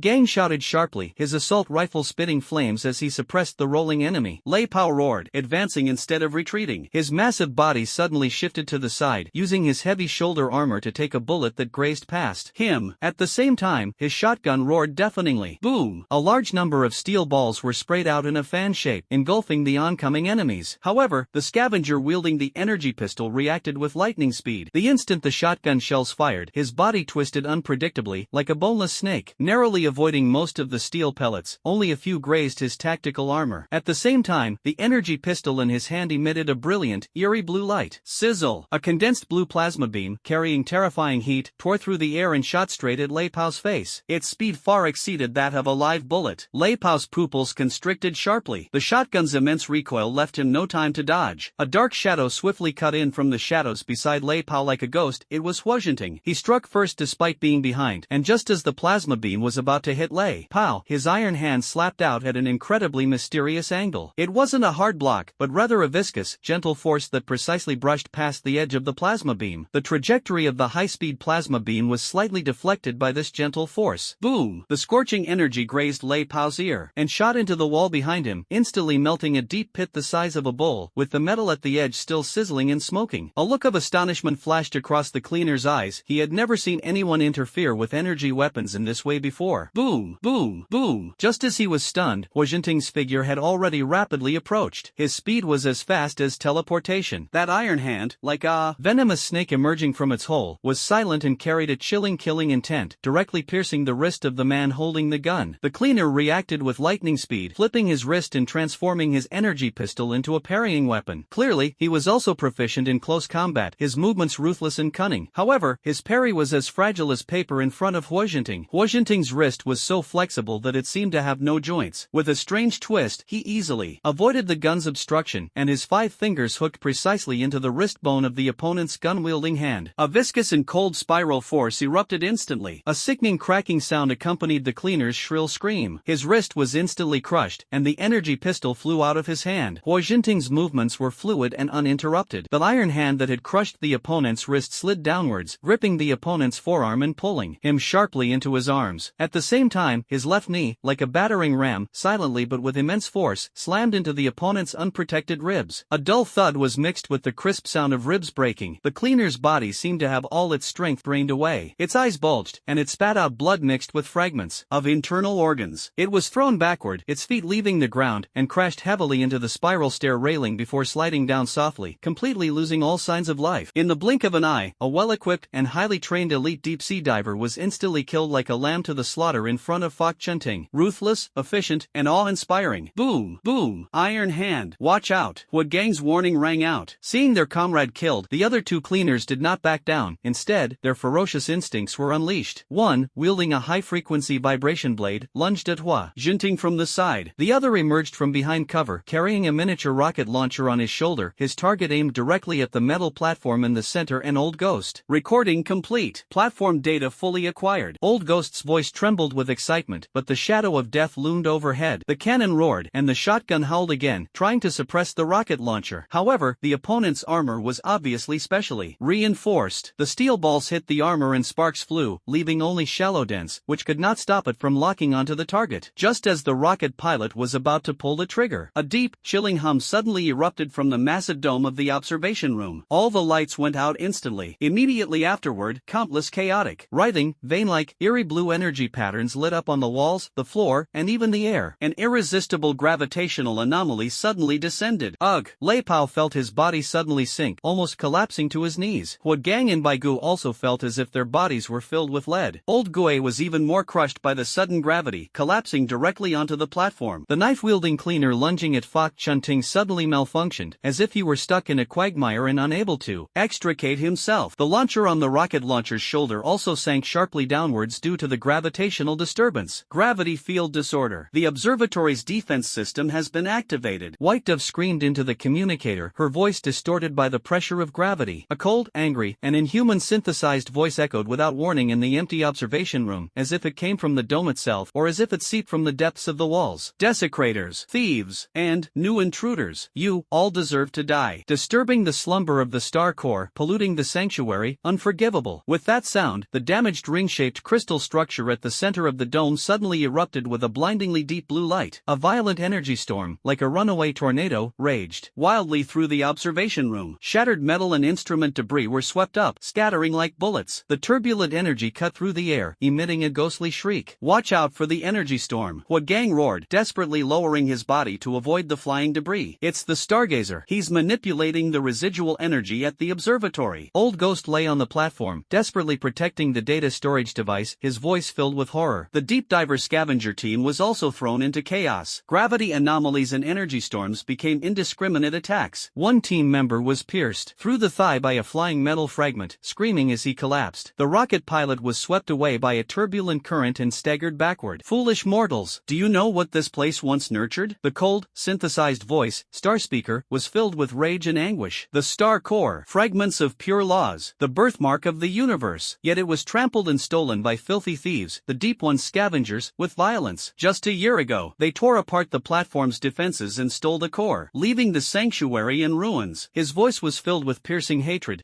Whether you are accomplices of thieves or new hyenas coveting the power of the Holy Land, will all be reduced to dust in the wrath of the star desolation." An even more violent energy storm rapidly coalesced, locking onto all life forms within the observation chamber. "Captain, we must evacuate. The energy storm index is skyrocketing. If we don't leave now, we'll all be torn to shreds." White Dove's voice was choked with sobs, and her electronic devices sparked under the energy interference. "Old Ghost, is the data backup complete?" Huagang roared through the storm. "Backup is complete. But the platform." Old Ghost stared unwillingly at the metal platform that gleamed with a dangerous light. "Abandon the platform. Everyone break through to the designated evacuation point B. Iron Hand, cover the rear. Thunder Cannon, protect Old Ghost." Huagang decisively issued the order. "Go!" Huajianting shouted, his figure shooting like an arrow towards the most intense area of the energy storm, which was also the direction leading to the emergency passage on the side. He moved his hands, his energy combining strength and gentleness, cleverly deflecting several turbulent energy currents that were attacking the team. He forcefully created a narrow path for his teammates to survive. Boom! A thick turbulent energy flow was barely deflected by Huajianting, grazing Lei Pao's back before crashing into the wall and blasting a large hole. The scorching shockwave caused Lei Pao's massive body to stagger backward, his combat suit's back instantly charred black and torn open. "Brother Pao!" White Dove exclaimed. "I'm fine, let's go." Lei Pao gritted his teeth and endured the excruciating pain. He grabbed the staggering Lao Gui and, like a raging bull, charged towards the passage opened by Huajianting, overcoming the remaining pressure of gravity and flying debris. Huagang and Baigu followed closely behind, unleashing their full firepower to suppress the still struggling cleaner team members. Huajianting stood like a pillar at the entrance of the passage, his figure weaving through the raging energy storm and flying debris, parrying and deflecting the force. Any cleaners who tried to approach were instantly repelled or killed by him in the simplest and most lethal way. He became the last and most solid barrier for the team's retreat. "Blasphemer, do not even think of escaping the judgment of the Starspeaker." The synthesized voice of the Starspeaker was filled with rage, and the energy storm on the dome became even more violent. A condensed deep blue energy beam, like a spear of divine punishment, stabbed fiercely towards Huajianting, who was covering the rear. Rock base. Inside Su Xiaoyu's room, a piercing alarm suddenly blared. Qinwei was checking the equipment when the monitor screen connected to Su Xiaoyu's mental imprint instantly turned a blinding dark blue, and the curve representing energy intensity skyrocketed, exceeding the safety threshold. "Little fish." Qinwei's expression changed drastically, and she rushed to the bedside. Su Xiaoyu on the bed suddenly opened her eyes, but those eyes were unfocused, only a swirling, deep blue like a nebula. Her small body trembled violently, and a hoarse, inhuman sound escaped her throat. An invisible, chilling mental wave suddenly spread out from her center. "Suppress, quickly." Qinwei activated the injection of a powerful sedative while gently yet firmly probing with her mental energy, attempting to soothe the violent brand. "No, no, the shards have been taken. It hurts, it's so dark." Su Xiaoyu suddenly let out a sharp scream like scraping glass, her voice filled with pain and fear from the depths of her soul. "In the North Sea, ice, the ice abyss, a cage, so cold, so many eyes, staring at me. Ah!" The scream abruptly stopped, the deep blue light in Su Xiaoyu's eyes dimmed, her body went limp and she fell unconscious again. Although the monitor's alarms weakened, the energy readings remained stubbornly high. "North Sea, ice abyss, prison?" Qinwei's face paled as she hurriedly recorded the crucial information. Su Xiaoyu's imprint, during the passive resonance with the observatory's energy storm, had briefly received and materialized the location information of the one who stole the fragments. Almost at the same moment Su Xiaoyu screamed. Inside the intensive care unit, the life support pod node connected to Chen Meng suddenly emitted a piercing alarm. The energy curve of his star marrow core no longer fluctuated gently, but instead churned violently like a roller coaster. The deep blue star marrow light flickered uncontrollably on his body, far exceeding its previous intensity. An alarm sounded on Qin Wei's communicator. Distracted, she looked over and saw Chen Meng trembling slightly in the life support pod. His clenched fists were white at the knuckles, and his eyes were rolling violently beneath his tightly closed eyelids. Even more shockingly, his lips seemed to be moving extremely slightly, as if he were silently repeating certain syllables. Fragments, cage. Qin Wei managed to make out the blurry information with difficulty, relying on lip reading and the faint brainwaves captured by the instruments. Chen Meng's unconscious consciousness, under the strong resonance of the star marrow power, actually received the key fragments transmitted by Su Xiaoyu's brand. Outside the observatory, at the foot of the mountain, Lin Wan sat in a disguised command vehicle, his expression grave as he stared at the curve on the screen, representing the team's life signal fluctuations, and at the dark blue energy beam that shot into the sky and surged erratically in the direction of the observatory. Support team, provide fire support. Lock onto the emergency exit on the east side of the observatory. Stir up the water. Lin Wan shouted the order into the communicator. Understood, miss, came a firm reply from the communicator. The next second, several rockets trailing long plumes of flame streaked across the night sky, accurately bombarding the non-critical areas on the west and north sides of the main observatory building. Explosions sent flames soaring into the sky, and debris flew everywhere. This sudden and fierce attack quickly attracted the attention of some of the Deep One's outer perimeter firepower and the observatory's defense system. The iron gate to the emergency exit on the east side was violently kicked open from the inside. Wu Gang rushed out first, followed by Lao Gui and Lei Pao, whose backs were covered in charred blood, and then by Gu, who was pale-faced. Wu Jinting, who brought up the rear, was the last to slip out and slam the twisted iron gate shut. Get the pickup vehicle, quick! Wu Gang shouted into the communicator. A bulletproof off-road vehicle roared towards the group like a wild horse, and the team members scrambled to get into the vehicle. Iron Hand instructor, quick! Wu Gang leaned forward and reached out his hand. The moment the door closed, Wu Jinting lunged to the side. A beam of deep blue energy shot out from the crack in the door, grazing his back and instantly vaporizing the SUV's rearview mirror. He used the momentum to roll over, moving as nimbly as a cheetah, and quickly leaped into the open car door. Drive! Lin Wan shouted from the command vehicle. The off-road vehicle's engine roared furiously, its tires screeching through the ground and puffing out blue smoke as it shot into the darkness like an arrow. Almost at the same moment they left their spot, several energy beams and bullets struck the location where the vehicle had just been parked. The observatory's massive dome loomed in and out of view amidst the raging energy storm behind it, resembling an enraged giant. The cold, furious synthesized voice of the star speaker seemed to still faintly echo in the night wind, filled with resentment and warning. The will of the Star Corps will eventually return, the blasphemers will pay the price. In the medical center of the rock base, the smell of disinfectant mingled with the slightly sweet scent unique to energy potions, lingering for a long time. Lei Pao lay prone on a specially designed treatment bed, his charred wounds on his back covered with biogel that shimmered with a pale blue light. Qin Wei was carefully using tweezers to remove tiny metal fragments embedded in his flesh. Each touch made Lei Pao's muscles tense, and large beads of sweat rolled down his forehead, but he gritted his teeth and endured it without uttering a sound. The atmosphere in the command center grew even heavier, like the deathly silence before a storm. The huge main screen displayed several key pieces of information, a detailed scan of the central platform of the Starshine Observatory, and energy storm spectrum analysis, the audio waveform of the cold, synthesized voice of the star speaker, and most importantly, the abnormal energy imprint map of the North Sea Isobus prison extracted from the EEG recording of Su Xiaoyu's scream. When Yuan sat in his wheelchair, his face ashen, the respirator emitting a faint hiss, but his eyes were unusually focused. He pointed to the superimposed maps and deep-sea topographic map of the far north on the screen, his voice weak but resolute. The cross-comparison is complete. Isobus is not a general term. Its energy characteristics and spatial distortion remnants point to specific coordinates: 78 degrees 15 minutes north, 165 degrees 40 minutes west, located at the confluence of the Greenland Sea and the Arctic Ocean, with a seabed depth exceeding 4,500 meters. That is the extended Rift Valley codenamed Netherworld Trench. Deep divers must have large underwater bases or laboratories there. The fragments are imprisoned there. 4,500 meters, the polar deep sea, Wu Gang gasped. Even as a seasoned veteran, he could feel the extreme harshness of the environment and the immense difficulty of the operation. This isn't just a matter of depth, Old Ghost added, pulling up a simulation map. Based on the resonance of the small fish's brand and the residual data from the observatory, we can infer that the area has strong natural geomagnetic disturbances and unknown energy field interference, rendering conventional detection and communication almost entirely ineffective. The deep dive divers have been entrenched there for many years, with extremely tight defenses. It's unimaginable. At that moment, a piercing alarm suddenly sounded in the main passageway of the base. Lin Yuan's cold and angry voice came through the internal channel. Dragon Group. Lin Yu has led a group and forced their way in. Director Zhao couldn't stop them. The words had barely left her lips when the alloy door to the command center was violently pushed open. Lin Yu, dressed in a crisp black uniform, stood there, her face as cold as ice, followed closely by 4 equally chilling and well-equipped Dragon Group special agents. Their powerful aura instantly made everyone in the command room gasp for breath. Where is Chen Mang, the head of Panshur Security? Lin Yu's gaze was as sharp as a scalpel, scanning everyone present before finally fixing on the empty command post and the direction of the medical room, asking the question knowing the answer already. Commissioner Lin, Chen Mang is seriously injured and unconscious. Is there anything we can do to help? Lin stepped forward, trying to ease the situation. No need. Lin Yu interrupted coldly, displaying an electronic command stamped with a bright red seal. By special authorization from the Dragon Group's Supreme Command and the National Security Committee. Panshur Security's unauthorized actions at the Star Radiance Observatory have triggered an extraordinary energy conflict, exposing a potential national strategic objective, fragments of laws and related relic information, creating a major security threat. Panshur Security is hereby ordered to, first, immediately surrender all data, images, recordings, and acquired items related to the observatory's operations. Second, effective immediately, all Panshur Security actions involving supernatural abilities, relic exploration, and contact with unknown forces such as deep divers and stargazers must be reported to the Dragon Group for approval in advance and subject to full supervision by Dragon Group specialists. Third, upon recovery, the person in charge, Chen Mang, must immediately go to the Dragon Group headquarters for questioning and capability assessment. Anyone who disobeys will be treated as endangering national security. This chilling order struck everyone's hearts like a hammer blow. Hand over core data? Accept full supervision? Chen Mang was to be taken away for evaluation? This was tantamount to completely stripping Panshur of its core autonomy and dignity. Bullshit. Lei Pao heard the broadcast in the medical room and was so angry that he tried to sit up, but the movement aggravated his wound and made him wince in pain. Hua Gang and Tai Shou Huojianting's eyes instantly sharpened like knives, and an invisible murderous aura quickly spread. Bai Gu and Lao Gui turned pale, nervously watching Lin Yuan and Zhao Jiangwo. Director Zhao Jiangwo, sweat beading on his forehead, stepped forward with a forced smile. Commissioner Lin, could this, perhaps be, reconsidered? Although Panshur's operation this time was reckless, the intelligence was extremely important. Regarding Isabis, Director Zhao. Lin Yu's gaze was sharp as lightning as she interrupted him without any politeness. Please make your position clear. The Dragon Group's judgment is based on the overall national strategic security situation. The power of the rock must be brought under supervision, otherwise, it is a time bomb that could explode at any moment. This is an ultimatum. Within 10 minutes, I want to see all the data uploaded to the security server designated by the Dragon Group. Otherwise, you will bear the consequences. Her words carried an unquestionable authority and a cold threat. A heavy silence enveloped the command center. The Dragon Group's will was as heavy as Mount Tai, and the rock seemed to have reached the edge of its fate. Almost simultaneously with Lin Yu's ultimatum, Bai Ji's encrypted communicator received a strange message from an unknown source, with multiple redirects. The message was encrypted using a special algorithm. After decryption, it contained only one line of text and a coordinate. The eye of the ice abyss lies hidden deep within the third vertebral rift of Netherworld Prison. Outer perimeter, pulse minefield, frequency 37.5 Hz, intermittent, hagfish, sonar sentry posts, resonance weakness, subharmonic interference. Proof of its value, destroy the poison nest, coordinates attached to obtain the pathway map. Star speaker. The message included coordinates for an industrial wasteland on the outskirts of Jiangcheng. Star speaker, White Dove whispered, quickly projecting the information. A poison nest? A path map? Huojianting frowned slightly, his gaze sharp. Old Ghost quickly retrieved the coordinates. This is a long-abandoned chemical plant, but there are hidden energy consumption records for the past 6 months. It is very likely a covert biological weapons transfer or research site for the Deep Ones. A pledge of allegiance. When Yuan coughed, a flash of understanding in his eyes. He wants to use us to strike at the Deep Ones, and at the same time, test our strength and resolve. Inside the intensive care unit, the deep blue astral light in the life support pod rose and fell steadily, like breathing. Chen Meng's eyes remained closed, but his brows were furrowed, as if he were resisting some immense pressure. On the instrument screen, the electroencephalogram, EEG, representing mental activity, displayed intense and regular spikes. Shinwei stared intently at the screen, then glanced at the tense atmosphere emanating from the command center outside and Lin Yu's icy voice via internal broadcast. She took a deep breath, leaned close to Chen Mang's ear, and whispered in a voice only the two of them could hear. Chen Mang, the Dragon Group wants to take everything. They want to tie your hands and feet. Ice abyss has been found. Little fish needs the fragments. Star Speaker is watching. The Four Seas gang is also stirring. Rock needs you. It was as if a dormant volcano had been awakened, and the lava in the Earth's core began to surge secretly. The starlight within the life support pods suddenly became bright and stable, no longer flickering, but resembling a burning deep blue star. Chen Mang's tightly closed eyelids trembled violently, and the next moment, his eyes, as if tempered by ice and fire, abruptly opened. There was no initial confusion, only a sharpness born of profound understanding, a burning will deep within exhaustion, and a trace of suppressed ferocity belonging to the blood wolf. A hoarse, extremely low moan escaped his throat. He tried to raise his hand, his movements slightly stiff, but with unusual determination, he pressed the activation button inside the life support pod. The hatch slid open silently. Chen Mang propped himself up and sat up. His muscles were slightly sore from lying down for so long, but his unshakable aura, as solid as a rock, was returning. With a bang, He tore off the sensor patches on his body, his gaze piercing through the observation window of the medical room, landing directly on Lin Yu's cold back in the command center. I'm not dead yet. Chen Mang's voice wasn't loud, but it exploded in everyone's ears like a muffled thunderclap and was broadcast throughout the entire base. Everyone in the command center turned around abruptly. Lin Yu whirled around and saw the man who was slowly rising, leaning against the bulkhead. Though his face was pale, his eyes were sharp as knives. Her pupils contracted sharply. Ignoring Lin Yu's shocked gaze, Chen Mang, supported by Qinwei, steadily walked out of the medical room and into the command center. His steps were somewhat unsteady, but each step seemed to re-stabilize the entire base. He walked directly to the control panel, his gaze sweeping across the information about Star Speaker and the coordinates of Ice Abyss on the screen, before finally settling on Lin Yu's face. The data, I won't give it to you. Chen Mang's voice was resolute, carrying an undeniable force. I won't accept the Dragon Group's supervision. I'll manage my own people. Chen Mang, you. Lin Yu was both shocked and angry, and tried to suppress him with her aura. Let me finish. Chen Mang interrupted her, his voice not loud, but containing an authority forged through mountains of corpses and seas of blood, enough to freeze the soul. The fragment is in the Ice Abyss. What the Deep Ones will do with it, your Dragon Group knows better than I do. Once that thing gets out of control, not only Jiangchang, but the entire northern hemisphere will be plunged into disaster. You want procedures? You want security? No problem. Intelligence sharing, resource, support, I welcome. But if you want to take away my knife, tie my hands, and make me watch those scum use the fragment to create a world-destroying weapon? No way. He pointed to the coordinates of Ice Abyss, his eyes burning with a resolute flame. Ice Abyss, I'll go. The fragments, I'll reclaim them. The claws of the Deep Ones, I'll sever them. This is my battlefield, my responsibility. If the Dragon Group wants to help, I, Chen Mang, will remember that favor. If they try to stop me. Chen Mang's gaze swept over Lin Yu and the Dragon Group special agents behind her, finally settling on Huagang, Taishou, Lei Pao, Lin Wan, every member of the Rock team. He spoke each word as if making a vow. Then step over my dead body. Rock, fight to the death. An invisible, fervent, and unwavering torrent of will erupted from Chen Mang, dispelling the gloom brought by the Dragon Group and igniting the flames in the hearts of everyone at Panshur. Huagang and Lei Pao straightened their backs, their eyes blazing with fighting spirit. Iron Hand Huajinding stood with his arms crossed, slightly nodding, a cold smile curving his lips. Lin Wan gazed at Chen Mang's back, her eyes shining brightly. Even the heavily injured Wen Yuan's cloudy eyes shone with a gratified light. Lin Yu's face was ashen. She sensed Chen Mang's unwavering will and understood that a forced conflict would only result in mutual destruction, allowing the Deep Ones to reap the benefits. She stared intently at Chen Mang, finally squeezing out through gritted teeth. Chen Mang, you will pay the price for your arrogance. The Dragon Group will be watching you. With that, she abruptly waved her hand, turning and leaving with her special operations team. Although the matter of the data wasn't mentioned, the seeds of conflict had been sown. Not long after the Dragon Group members left, Director Zhao Jiangwo hurriedly entered the command center with a figure in tow. The newcomer was young, no more than 20 years old, yet sported messy, short, silver-gray hair, wore a white lab coat stained with unidentified dirt, over which was a trendy t-shirt with a cartoon rocket print and fluorescent green Crocs. His, or her, eyes were large, with unusually amber pupils, now gleaming with intense excitement and curiosity as he rapidly scanned the high-tech equipment in the command center and the complex energy graphs on the screens. Come,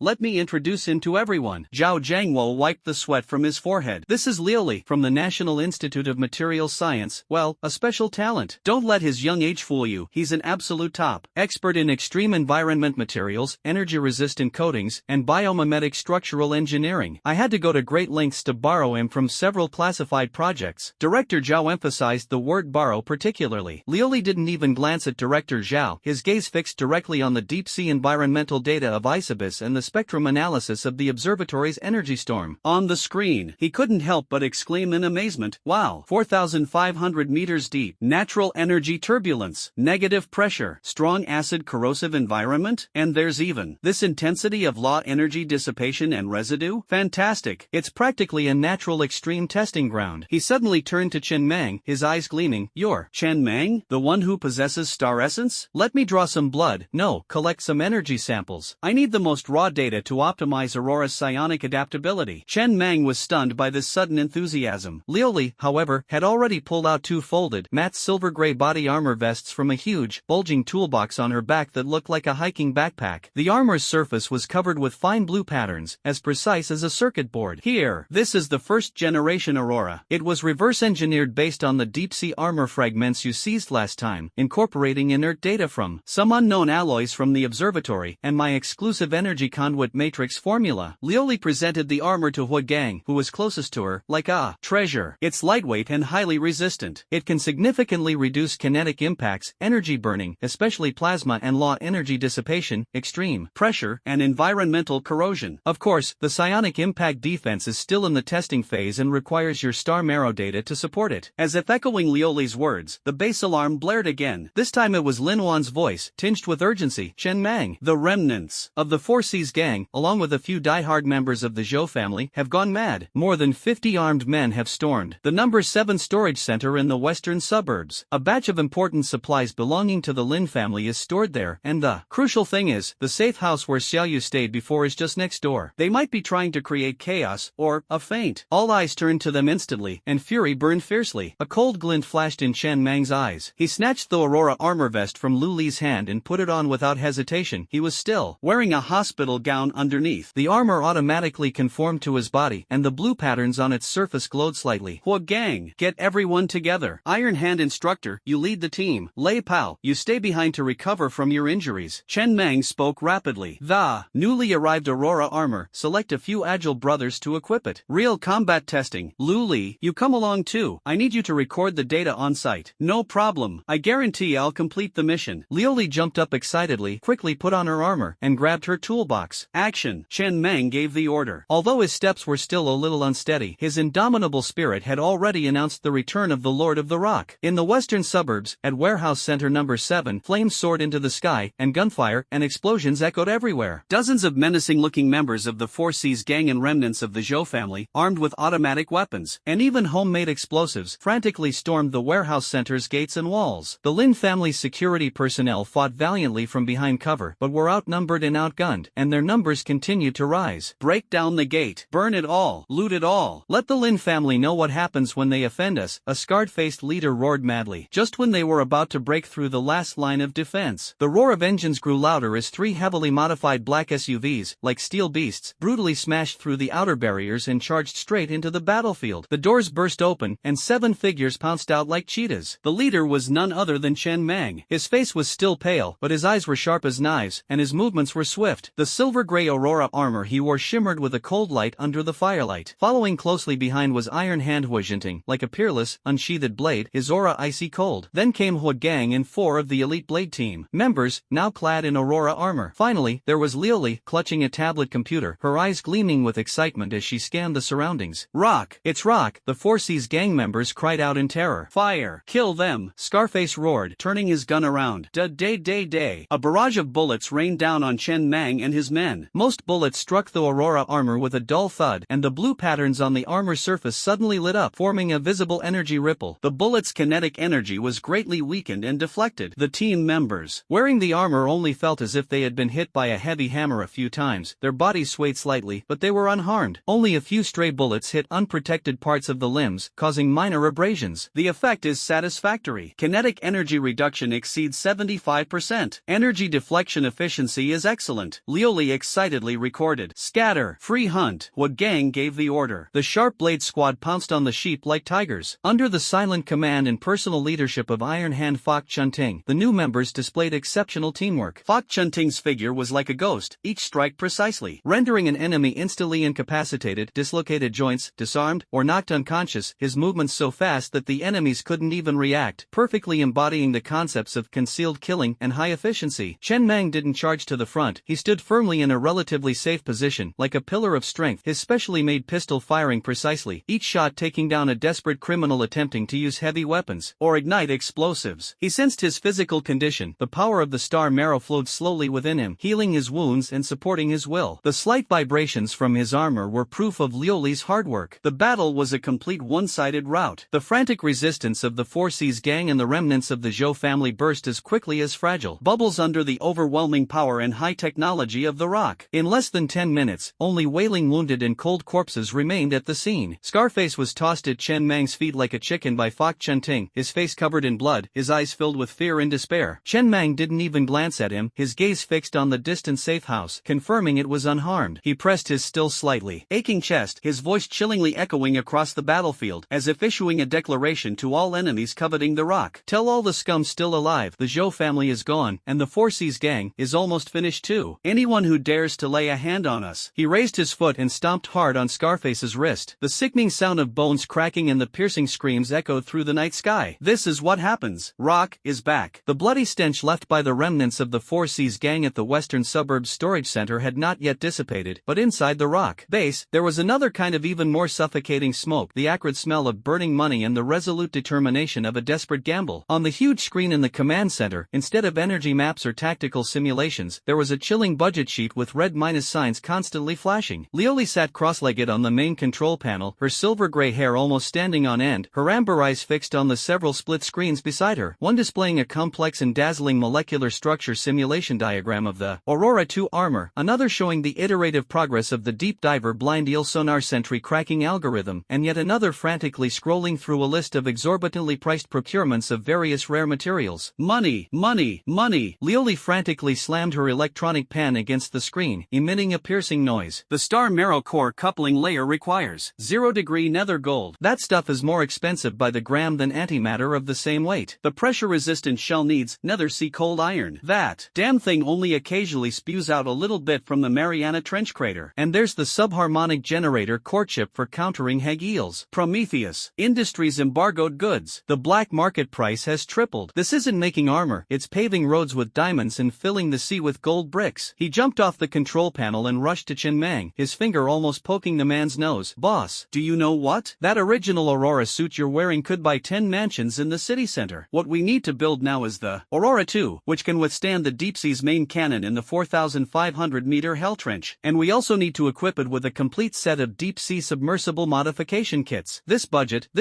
could build another rock base. Chen Mang leaned back in his command chair, his face pale from his injuries, yet as calm as an abyss. He listened to Liuli's roar, his gaze sweeping over the astronomical figures on the screen, but his brows did not furrow. Lin Wan. His voice wasn't loud, but it clearly pierced through Liuli's frantic state. Lin Wan stood by the window and slowly turned around. Her delicate face showed no obvious expression, but her tightly pursed lips and slightly clenched fists betrayed the turmoil within her. She had just ended an encrypted satellite call with the manager of a secretive Swiss bank, trusted by the Lin family for generations. All available working capital, including the expected revenue from the Lin family's 3 core industries for the next 6 months, has been mortgaged. Lin Wan's voice was calm, yet every word seemed frozen in ice and snow. The agreement we just signed, the funds obtained are barely enough to pay the advance payment for 1/3 of the core materials on the Liuli list, as well as the initial modification costs for the Abyss Explorer submersible. A deathly silence fell over the command room. Even Liuli was so shocked that her mouth dropped open, forgetting to complain. Mortgaging the profits of the Lin family's 3 core industries for the next 6 months? This was practically gambling with half of the Lin family's foundation. Young miss, Wood Gang couldn't help but speak, his voice dry and heavy. Lin Wan raised her hand to interrupt him, her gaze burning as she stared at Chen Mang. Money is not a problem. The Lin family can fall, but it can be earned back. But life, she paused, her tone resolute, is the only thing. The Lin family will cover the cost of our coffins. But I want one guarantee, bring the fragments back. Bring back the people who went there, alive. In the air, a heavy pressure and a silent promise collided. Not enough. When Yuan's weak but unusually clear voice came from the corner. He sat in a wheelchair, with a huge holographic sand table floating in front of him. The complex deep sea terrain, energy turbulence, and defense node markers were constantly changing. It was a simulation of the core area of that ice abyss, the third spine rift of the netherworld trench. On the sand table, red dots representing the deep one's defensive fortifications are densely packed. Blue energy turbulence resembles a bloodthirsty monster, and green safety paths are as thin as gossamer threads, yet they are constantly being disrupted and covered by newly calculated threat models. When Yuan's face was ashen, and the respirator hissed rapidly, his thin fingers pounded the virtual keyboard, each keystroke accompanied by by violent coughing. That made him tremble and even draw blood from the corner of his mouth. Shinwei stood behind him, her face grave, ready to administer first aid at any moment. Cough, cough, cough, Liuli's money can only buy hardware. When Yuan's voice was broken, but it carried an undeniable authority. 2. To touch the ice abyss egg alive, you still need life money. He pointed sharply into the depths of the sand table, to a narrow entrance surrounded by countless red crosses in turbulent vortexes, like the throat of a giant beast, the throat of hell. The only theoretical way out. But according to the energy turbulence model, the peak pressure that the submarine's hull will withstand when crossing it will exceed the design limit of Aurora 2 by at least 20%. 20%? Liuli exclaimed in surprise. That'll explode, like a crushed soda can. So, it's money to buy lives. When Yuan's cloudy eyes were fixed on Chen Mang. We need a madman. A madman who can fly a submersible like a butterfly under extreme pressure. We need a madman who can precisely detonate a preset breaching explosive 3 seconds before the armor fails, tearing open the last barrier. We need a madman who can charge into the core area against billions of tons of seawater before the deep-sea divers can react. Such a person exists, but the price of hiring him is more expensive than 0-degree ghost gold. On the holographic sand table, the thin green line representing the throat of the underworld flickers and twists violently as when Yuan speaks, as if it might break at any moment and completely engulf the light spot representing the submarine. All eyes were fixed on Chen Mang. The air seemed to freeze, as if time itself had stopped. Spending money on equipment was an obvious loss, but the life-saving money when Yuan spoke of was a bottomless abyss, a gamble with top talent and an immeasurable price to pay. Chen Mang slowly stood up and walked to the huge holographic sand table, staring at the hellish throat of the underworld and the faintly glowing fragment marking that represented the core of the ice abyss. The cold light reflected on his angular face, and there was no fear or hesitation in his eyes, only an extreme madness and calmness. He reached out, not pointing to the despairing budget sheet, nor to the bottomless black hole of life-saving money, but steadily and heavily slapping it onto the light spot representing the core of the ice abyss on the holographic sand table. Buy! Chen Mang's voice, like the clang of metal on metal, was powerful and resounding, booming through the silent command center. Buy the mountain of gold that Liuli wants. We'll buy the madman when Yuan wants. I'll accept the money Lin Wan has pledged for her funeral. He glanced around, his gaze sweeping over the pale-faced Lin Wan, the anxious Luli, the coughing blood Wen Yuan, the silent Hua Gang and Tai Shou, and Lei Pao lying in the medical room. Money, burn it all. Lives, gamble it all. Goal. Chen Mang's fingers suddenly pierced through the holographic projection, as if he wanted to grasp the core of the hellish ice cave directly into his palm. His voice was filled with a resolute and furious roar that seemed to tear everything apart. Hell Trench, get those fragments back for me. An invisible yet tragic flame ignited in everyone's heart. What does burning money matter? What does gambling with one's life matter? When the Wolf King points to hell, the only thing the rock has left is to live on the brink of death. The flames of the Lin family vault still seemed to burn in the air, and the roar of money clashing with steel still echoed in the dock of the Abyss Explorer. The battered behemoth, Rock, was betting its last gamble, half of the Lin family's empire, against the deadly ice cave in the far north. In this suffocating moment of desperate desperation, an encrypted message from the dark abyss, like a cold, venomous snake, silently slipped into the cracks of Rock's core system. Sender, Star Whisperer. The content consists of a 3D structural diagram, gateway diagram, marked with twisted waterways and some defensive nodes, along with a venomous text. The 7th branch passage on the left side of throat of the underworld, energy turbulence interval, 17 minutes and 32 seconds, the only exit. Take a sample of the original fluid of Brain Eater from deep within poison nest, characteristic map attached, and place it on the entrance stone platform, in exchange for the subsequent path and core weakness. If the transaction is overdue, or fake, the transaction ends, you perish. The attached bioactivity profile and storage requirements for the Brain Eater stock solution are dauntingly stringent. The air in the command center froze instantly, even more biting than the cold winds of the Greenland Sea. Brain Eater. Old Ghost stared at the biological atlas, his withered fingers trembling slightly. That's a parasitic monster fed on living human brains by the deep ones. The undiluted fluid can melt nerves into a mushy mess the moment it touches the skin. This madman actually wants us to get this monstrous thing? The 7th branch tunnel? A 17-minute and 32-second interval? Like a cat whose tail had been stepped on, Liuli's silver-gray fur bristled, his fingers flying across the virtual keyboard, leaving afterimages. The raging energy data stream from the observatory and the real-time monitoring model of the netherworld trench were frantically superimposed and calculated before him. To hell with interstellar spiral bullshit. He slammed his hand on the table, and the coordinate area representing the 7th tunnel on the holographic screen was instantly engulfed in blinding blood red, an alarm blaring. Look at the peak. That point in time isn't an interval at all, but the climax of the turbulent impact of the netherworld throat's main energy flow. The pressure peak is 3 times higher than the limit calculated by Old Man When Yuan. 3 times. There won't even be any scrap metal left inside. Trap. Hua Gang's fists clenched so tightly that his knuckles cracked, his eyes filled with murderous intent. Chen Mang's gaze, as cold as ice for millennia, locked onto the exquisite pathway map as if he were looking at a viper coiled atop a treasure. His voice was deep, yet carried a cold, hard edge, like metal scraping against metal. White Dove, peel it open. See what kind of worms are hidden inside this gift. Yes. Bai Ji's face was grave. The sharpest data blade of the rock was drawn, slicing into the abyss of the gateway diagram's underlying code. Seconds ticked by, and cold sweat dripped down her forehead. Suddenly, her pupils contracted sharply. Boss. Found it. 3 nails buried at the bottom. Logic bombs. The trigger condition is tied to the submarine's main engine's peak power output. Once triggered, navigation, power distribution, and emergency life support will be instantly locked. A triple explosion. It will turn the ship into a living coffin floating in the deep sea. A deathly silence fell over the command room. A chill ran down everyone's spine. This star speaker had not only pointed them to a dead end, but also intended to stab them in the back just as they were struggling to their limits. Vicious, insidious, outrageous. What a brilliant pathway map. What a star speaker. Chen Mang's lips curled into a cold, emotionless smile, but his eyes gleamed with a chilling, predatory light. Trying to use us as corpses in a minefield while expecting to reap the rewards? He slammed his hand on the alloy control panel with a loud, dull thud. Give him a good show. Lioli, use the most stinking culture waste and radiation residue from your lab, plus a biosignal simulator. Make me a brain-eater special drink that's perfect in color, aroma, and taste. Package it exquisitely, just like the real thing. White Dove, reverse engineer those 3 nails. Find their fuses. Make me a fake death signal generator. I need the star speaker terminal to receive the ship destroyed, crew dead obituary on time. Old Ghost, find the most conspicuous spot near the entrance to the 7th passage, a prime location that's easy for the deep ones to monitor and photograph. Place our generous gift there properly. Attach an e-card address to star speaker. Hua Gang, use the deep diver's low-level communication protocol we captured last time to compile an encrypted battle report of successfully capturing the sample. The details must be thorough. The casualties must be heavy. The emotions must be survived. Make sure that Stargazer is completely convinced. Each command was like a poisoned dagger, precisely aimed at the intricate web woven by the star speaker. The rock, driven to the brink of destruction, not only avoided the trap but also sharpened its claws, preparing to deliver a bloody surprise to the lurking schemer. Just as the counterfeit brain-eating special drink was being packed into a specially made low-temperature container, and the false battle report was about to be sent, on a corner of the monitoring screen in front of the White Dove, an extremely weak abnormal signal pulse, almost blending into the ambient noise, was keenly captured, amplified, and locked by the upgraded GhostNet system of Panchur. Boss, there's a tail. White Dove's voice was tense yet excited. 11 o'clock, 320 meters deep, about 5 nautical miles away. The signal signature is highly concealed, but the residual energy spectrum matches the Night Owl, a secondary reconnaissance vessel of the Dragon Group's Kunlun fleet. They're tracking us. On the holographic chart, a dim gray dot representing Night Owl follows closely behind the blue dot representing Abyss Explorer like a ghost. Dragon Group. Lin Wan's eyes suddenly turned cold, still not giving up. Chen Mang stared at the gray dot of light, his face showing no surprise, only cold indifference. He had long anticipated that the Dragon Group would never allow them to venture deeper into the ice abyss. This Night Owl was both the eye that was watching them, and perhaps the hand that would reap the rewards at the crucial moment, or the foot that would push them into the abyss. Ignore them. Chen Mang's voice was resolute, his gaze piercing through the porthole of the command room to the Abyss Explorer, a vessel undergoing final modifications and lying dormant like a deep-sea behemoth in the dock. Let them follow us. Watch how we salvage treasure from hell. He strode towards the passageway leading to the shipyard, his voice echoing through the metal corridor with an undeniable resolve. Everyone, board the ship. Target. His fingers seemed to pierce through the void, pointing directly to the desolate, deathly north, his voice booming like muffled thunder. Throat of the underworld. Let's go. The massive Abyss Explorer emitted a deep hum, like a slumbering beast awakening. The thick anchor chain slowly retracted, and a stream of eerie blue ions began to converge and compress at the tail thruster nozzles, emitting a chilling roar. This steel behemoth, carrying the scorched earth, the lives lost, the uncovered plot, and the shadows behind it, resolutely and relentlessly dived into the all-consuming dark trench. The icy seawater surged over the observation window, blocking out the last ray of sunlight. Ahead lay endless deep blue and roaring, deadly currents. The banner of the rock, on the back of the steel behemoth, fluttered silently in the dark depths of the sea. Cold, dead silence, boundless darkness. The massive Abyss Explorer, like a block of iron plunged into ink, sank silently. Outside the porthole, the last glimmer of daylight vanished completely, leaving only the limited beam of light from the submersible zone searchlight illuminating the dark seawater churning with countless suspended particles. The pressure gauges pounded wildly. With each meter of descent, an invisible giant hand tightened its grip. Depth 1200 meters. Outer shell stress value, critical yellow zone. Liuli's voice rang out in the deathly silent command cabin, tinged with a barely perceptible tremor. His amber eyes were fixed on the dozen or so split screens in front of him, which were displaying real-time data on various parts of the ship in a waterfall-like display. The curves, representing the deformation of the outer shell, fluctuated violently on the edge of danger, like the electrocardiogram of a dying patient. The Aurora 2 energy shield generator covering the ship emitted a low hum, and the blue light flowing on its surface flickered, stubbornly resisting the terrifying pressure from all sides. Entering the pre-impact zone of throat of the underworld. Energy turbulence index, escalating exponentially. Old Ghost's warning followed immediately. As if an invisible giant hammer had slammed into the side of the ship, the entire Abyss Explorer shuddered violently, emitting a piercing metallic groan. The lights in the command center instantly turned a dark red, alarms blared, and everyone was violently thrown against the anchorage by the immense inertia. Port shield overload. Energy turbulence peak exceeds model prediction by 5%. Lioli screamed, her fingers flying across the virtual keyboard, as she frantically adjusted the shield's energy distribution. Damn it! The energy flow in this godforsaken place actually turns, like a living thing. Chen Mang gripped the armrests of the command chair tightly. Despite the violent jolts, he remained as steady as a rock, his eyes sharp as a hawk's, fixed on the holographic sea chart ahead. The distorted waterway, representing the entrance to the throat of the underworld, resembled the gaping maw of a demon, appearing and disappearing amidst the raging energy currents, radiating a chilling aura of destruction. White Dove, where is the hag eel? Chen Mang's voice pierced through the shrill alarm. Locked. 3 groups, deployed in a triangular formation 2 nautical miles outside the throat, attempting to establish a voiceprint database. Countermeasures activated. White Dove's face was pale, but her operation remained steady. The invisible subharmonic interference signal spread out silently like a deep-sea ghost. A few seconds later, the red dot representing the hag eel's sonar sentry flashed violently on the main screen a few times, then dimmed and became chaotic. Disruption successful. The hag eels are temporarily deaf, but they are enraged and are sending strong alarm signals to their nest, the White Dove reported urgently. Unidentified high-speed underwater targets detected. 4. Approaching at high speed from the reefs on both sides of the throat. Heat source. Characteristics indicate non-living matter. These are armed underwater vehicles, Model C Slug 3. The voice of the sonar team member suddenly rose. And there are life signals, extremely fast, forming an encirclement. They are the Deep One's fish slaves, and there are more than 20 of them. Another monitor said in a horrified voice. On the holographic chart, 4 yellow dots representing armed submarines and a dense array of green dots representing bioengineered fishmen, like a school of sharks. Smelling blood, burst out from the shadows of the dark reefs and charged straight at the Abyss Explorer, whose movements were slightly slowed by the turbulent currents. Perfect timing. Chen Mang's eyes flashed with cold light. Underwater combat units, prepare to board. Tear a path through me. Iron Hand, it's up to you now. Received. Hua Jinting's hoarse yet calm voice came through the channel, completely unmoved. On the belly of the Abyss Explorer, a heavy alloy gate slid open silently. 4 figures shot out like arrows, propelled by the high-pressure water flow. It was none other than Iron Hand Hua Jinting, Hua Gang, and 2 elite snipers. They wore streamlined Aurora 2 deep-sea combat suits, carried individual propulsion devices, and wielded specially made underwater combat blades and harpoons, like ghostly knights of the deep sea. 4 Sea Slug 3 armed underwater vehicles launched the first attack. Their flat bodies were exceptionally agile in the deep sea, and the torpedo tubes at the front of their heads flashed with a ghostly light. Avoid. Hua Jinting's voice was concise and powerful, ringing out in the encrypted channel. The 4-man team quickly dispersed, their thrusters blasting powerful jets of water that carved eerie zigzags through the deep water. Several high-speed torpedoes, trailing white contrails, narrowly missed them, striking distant reefs and sending up large plumes of murky mud. Get on top. Destroy the launch tube. Hua Jinting's command was icy. He himself was like a ghostly figure blending into the seawater. The thrusters suddenly increased their power, and his body slammed into the side of the ship like an invisible giant hammer, defying hydrodynamics. The Abyss Explorer jolted violently and emitted a piercing metallic groan. The lights in the command cabin instantly turned dim red, and the alarm blared shrilly. Everyone was violently thrown towards the fixed structure by the enormous inertia. Port shield overload. Energy turbulence peak exceeds model prediction by 5%. Lioli screamed, her fingers flying across the virtual keyboard, frantically adjusting the shield's energy distribution. Damn it! The energy flow in this godforsaken place is actually curving, like it's alive. Chen Mang gripped the armrests of the command chair tightly, his body as steady as a rock despite the violent swaying. His eyes were sharp as a hawk's, fixed on the holographic sea chart ahead. The distorted waterway, representing the entrance to the throat of the underworld, resembled a demon's gaping maw, appearing and disappearing amidst the raging energy energy currents, emanating a chilling aura of destruction. White dove, where is the hag eel? Chen Mang's voice pierced through the shrill alarm. Locked. 3 groups, deployed in a triangular formation 2 nautical miles outside the throat. Attempting to establish a voice-print database. Countermeasures activated. White Dove's face was pale, but her operation was unusually calm and steady. The invisible subharmonic interference signal spread out silently, like a ghost in the deep sea. A few seconds later, the red dot representing the hagfish's sonar sentry flashed violently on the main screen a few times, then dimmed and became chaotic. Disruption. Successful. The hagfish are temporarily deaf. But they are enraged and are sending strong alarm signals to their nest, the White Dove reported urgently. Unidentified high-speed underwater targets detected. 4 in number. Approaching at high speed from the reefs on both sides of the throat. Heat. Source characteristics, non-living objects, armed underwater vehicles. Model Sea Slug 3. The voice of the sonar team member suddenly rose. There are also life signals. Extremely fast, forming an encirclement. They are the Deep One's fish slaves. More than 20 in number. Another monitor's voice was filled with horror. On the holographic chart, 4 yellow dots representing armed submarines and a dense array of green dots representing bioengineered fishmen, like a swarm of sharks smelling blood, suddenly burst out from the shadows of the dark reefs and head straight for the Abyss Explorer, which was moving slightly slower due to the turbulent currents. Good. Chen Mang's eyes flashed with cold light. Underwater combat units, prepare to board in Terra Path through me. Iron Hand, it's up to you now. Received. Hua Jinting's hoarse yet calm voice came through the channel, showing no sign of emotion. On the belly of the Abyss Explorer, a heavy alloy gate slid open silently. 4 figures shot out like arrows, propelled by the high-pressure water flow. It was none other than Iron Hand, Hua Jinting, Hua Gang, and 2 elite snipers. They wore streamlined Aurora 2 deep-sea combat suits, carried individual propulsion devices, and wielded specially made underwater combat blades and harpoons, like ghost knights in the deep sea. 4 Sea Slug 3 armed underwater vehicles launched the first attack. Their flat bodies were exceptionally agile in the deep sea, and the torpedo tubes at the front of their heads flashed with a ghostly light. Avoid it. Hua Jinting's voice rang out in the encrypted channel, concise and sharp as a knife. The 4-man team instantly dispersed, their thrusters blasting powerful jets of water that carved eerie zigzags through the deep water. Several high-speed torpedoes, trailing white contrails, narrowly missed them, striking distant reefs and creating massive waves of murky mud. Get on top. Destroy the launch tube, Hua Jinting coldly ordered. Like a ghostly figure blending into the sea, he suddenly increased the thrusters, his body plunging and tumbling in a manner defying hydrodynamics, hurtling directly towards the belly of a sea slug. In that instant of collision, the high-frequency cutting blade in his hand, like a viper's forked tongue, precisely pierced the base of the submarine's vulnerable torpedo tubes. The high-frequency vibrations instantly destroyed the internal structure. ZZZ.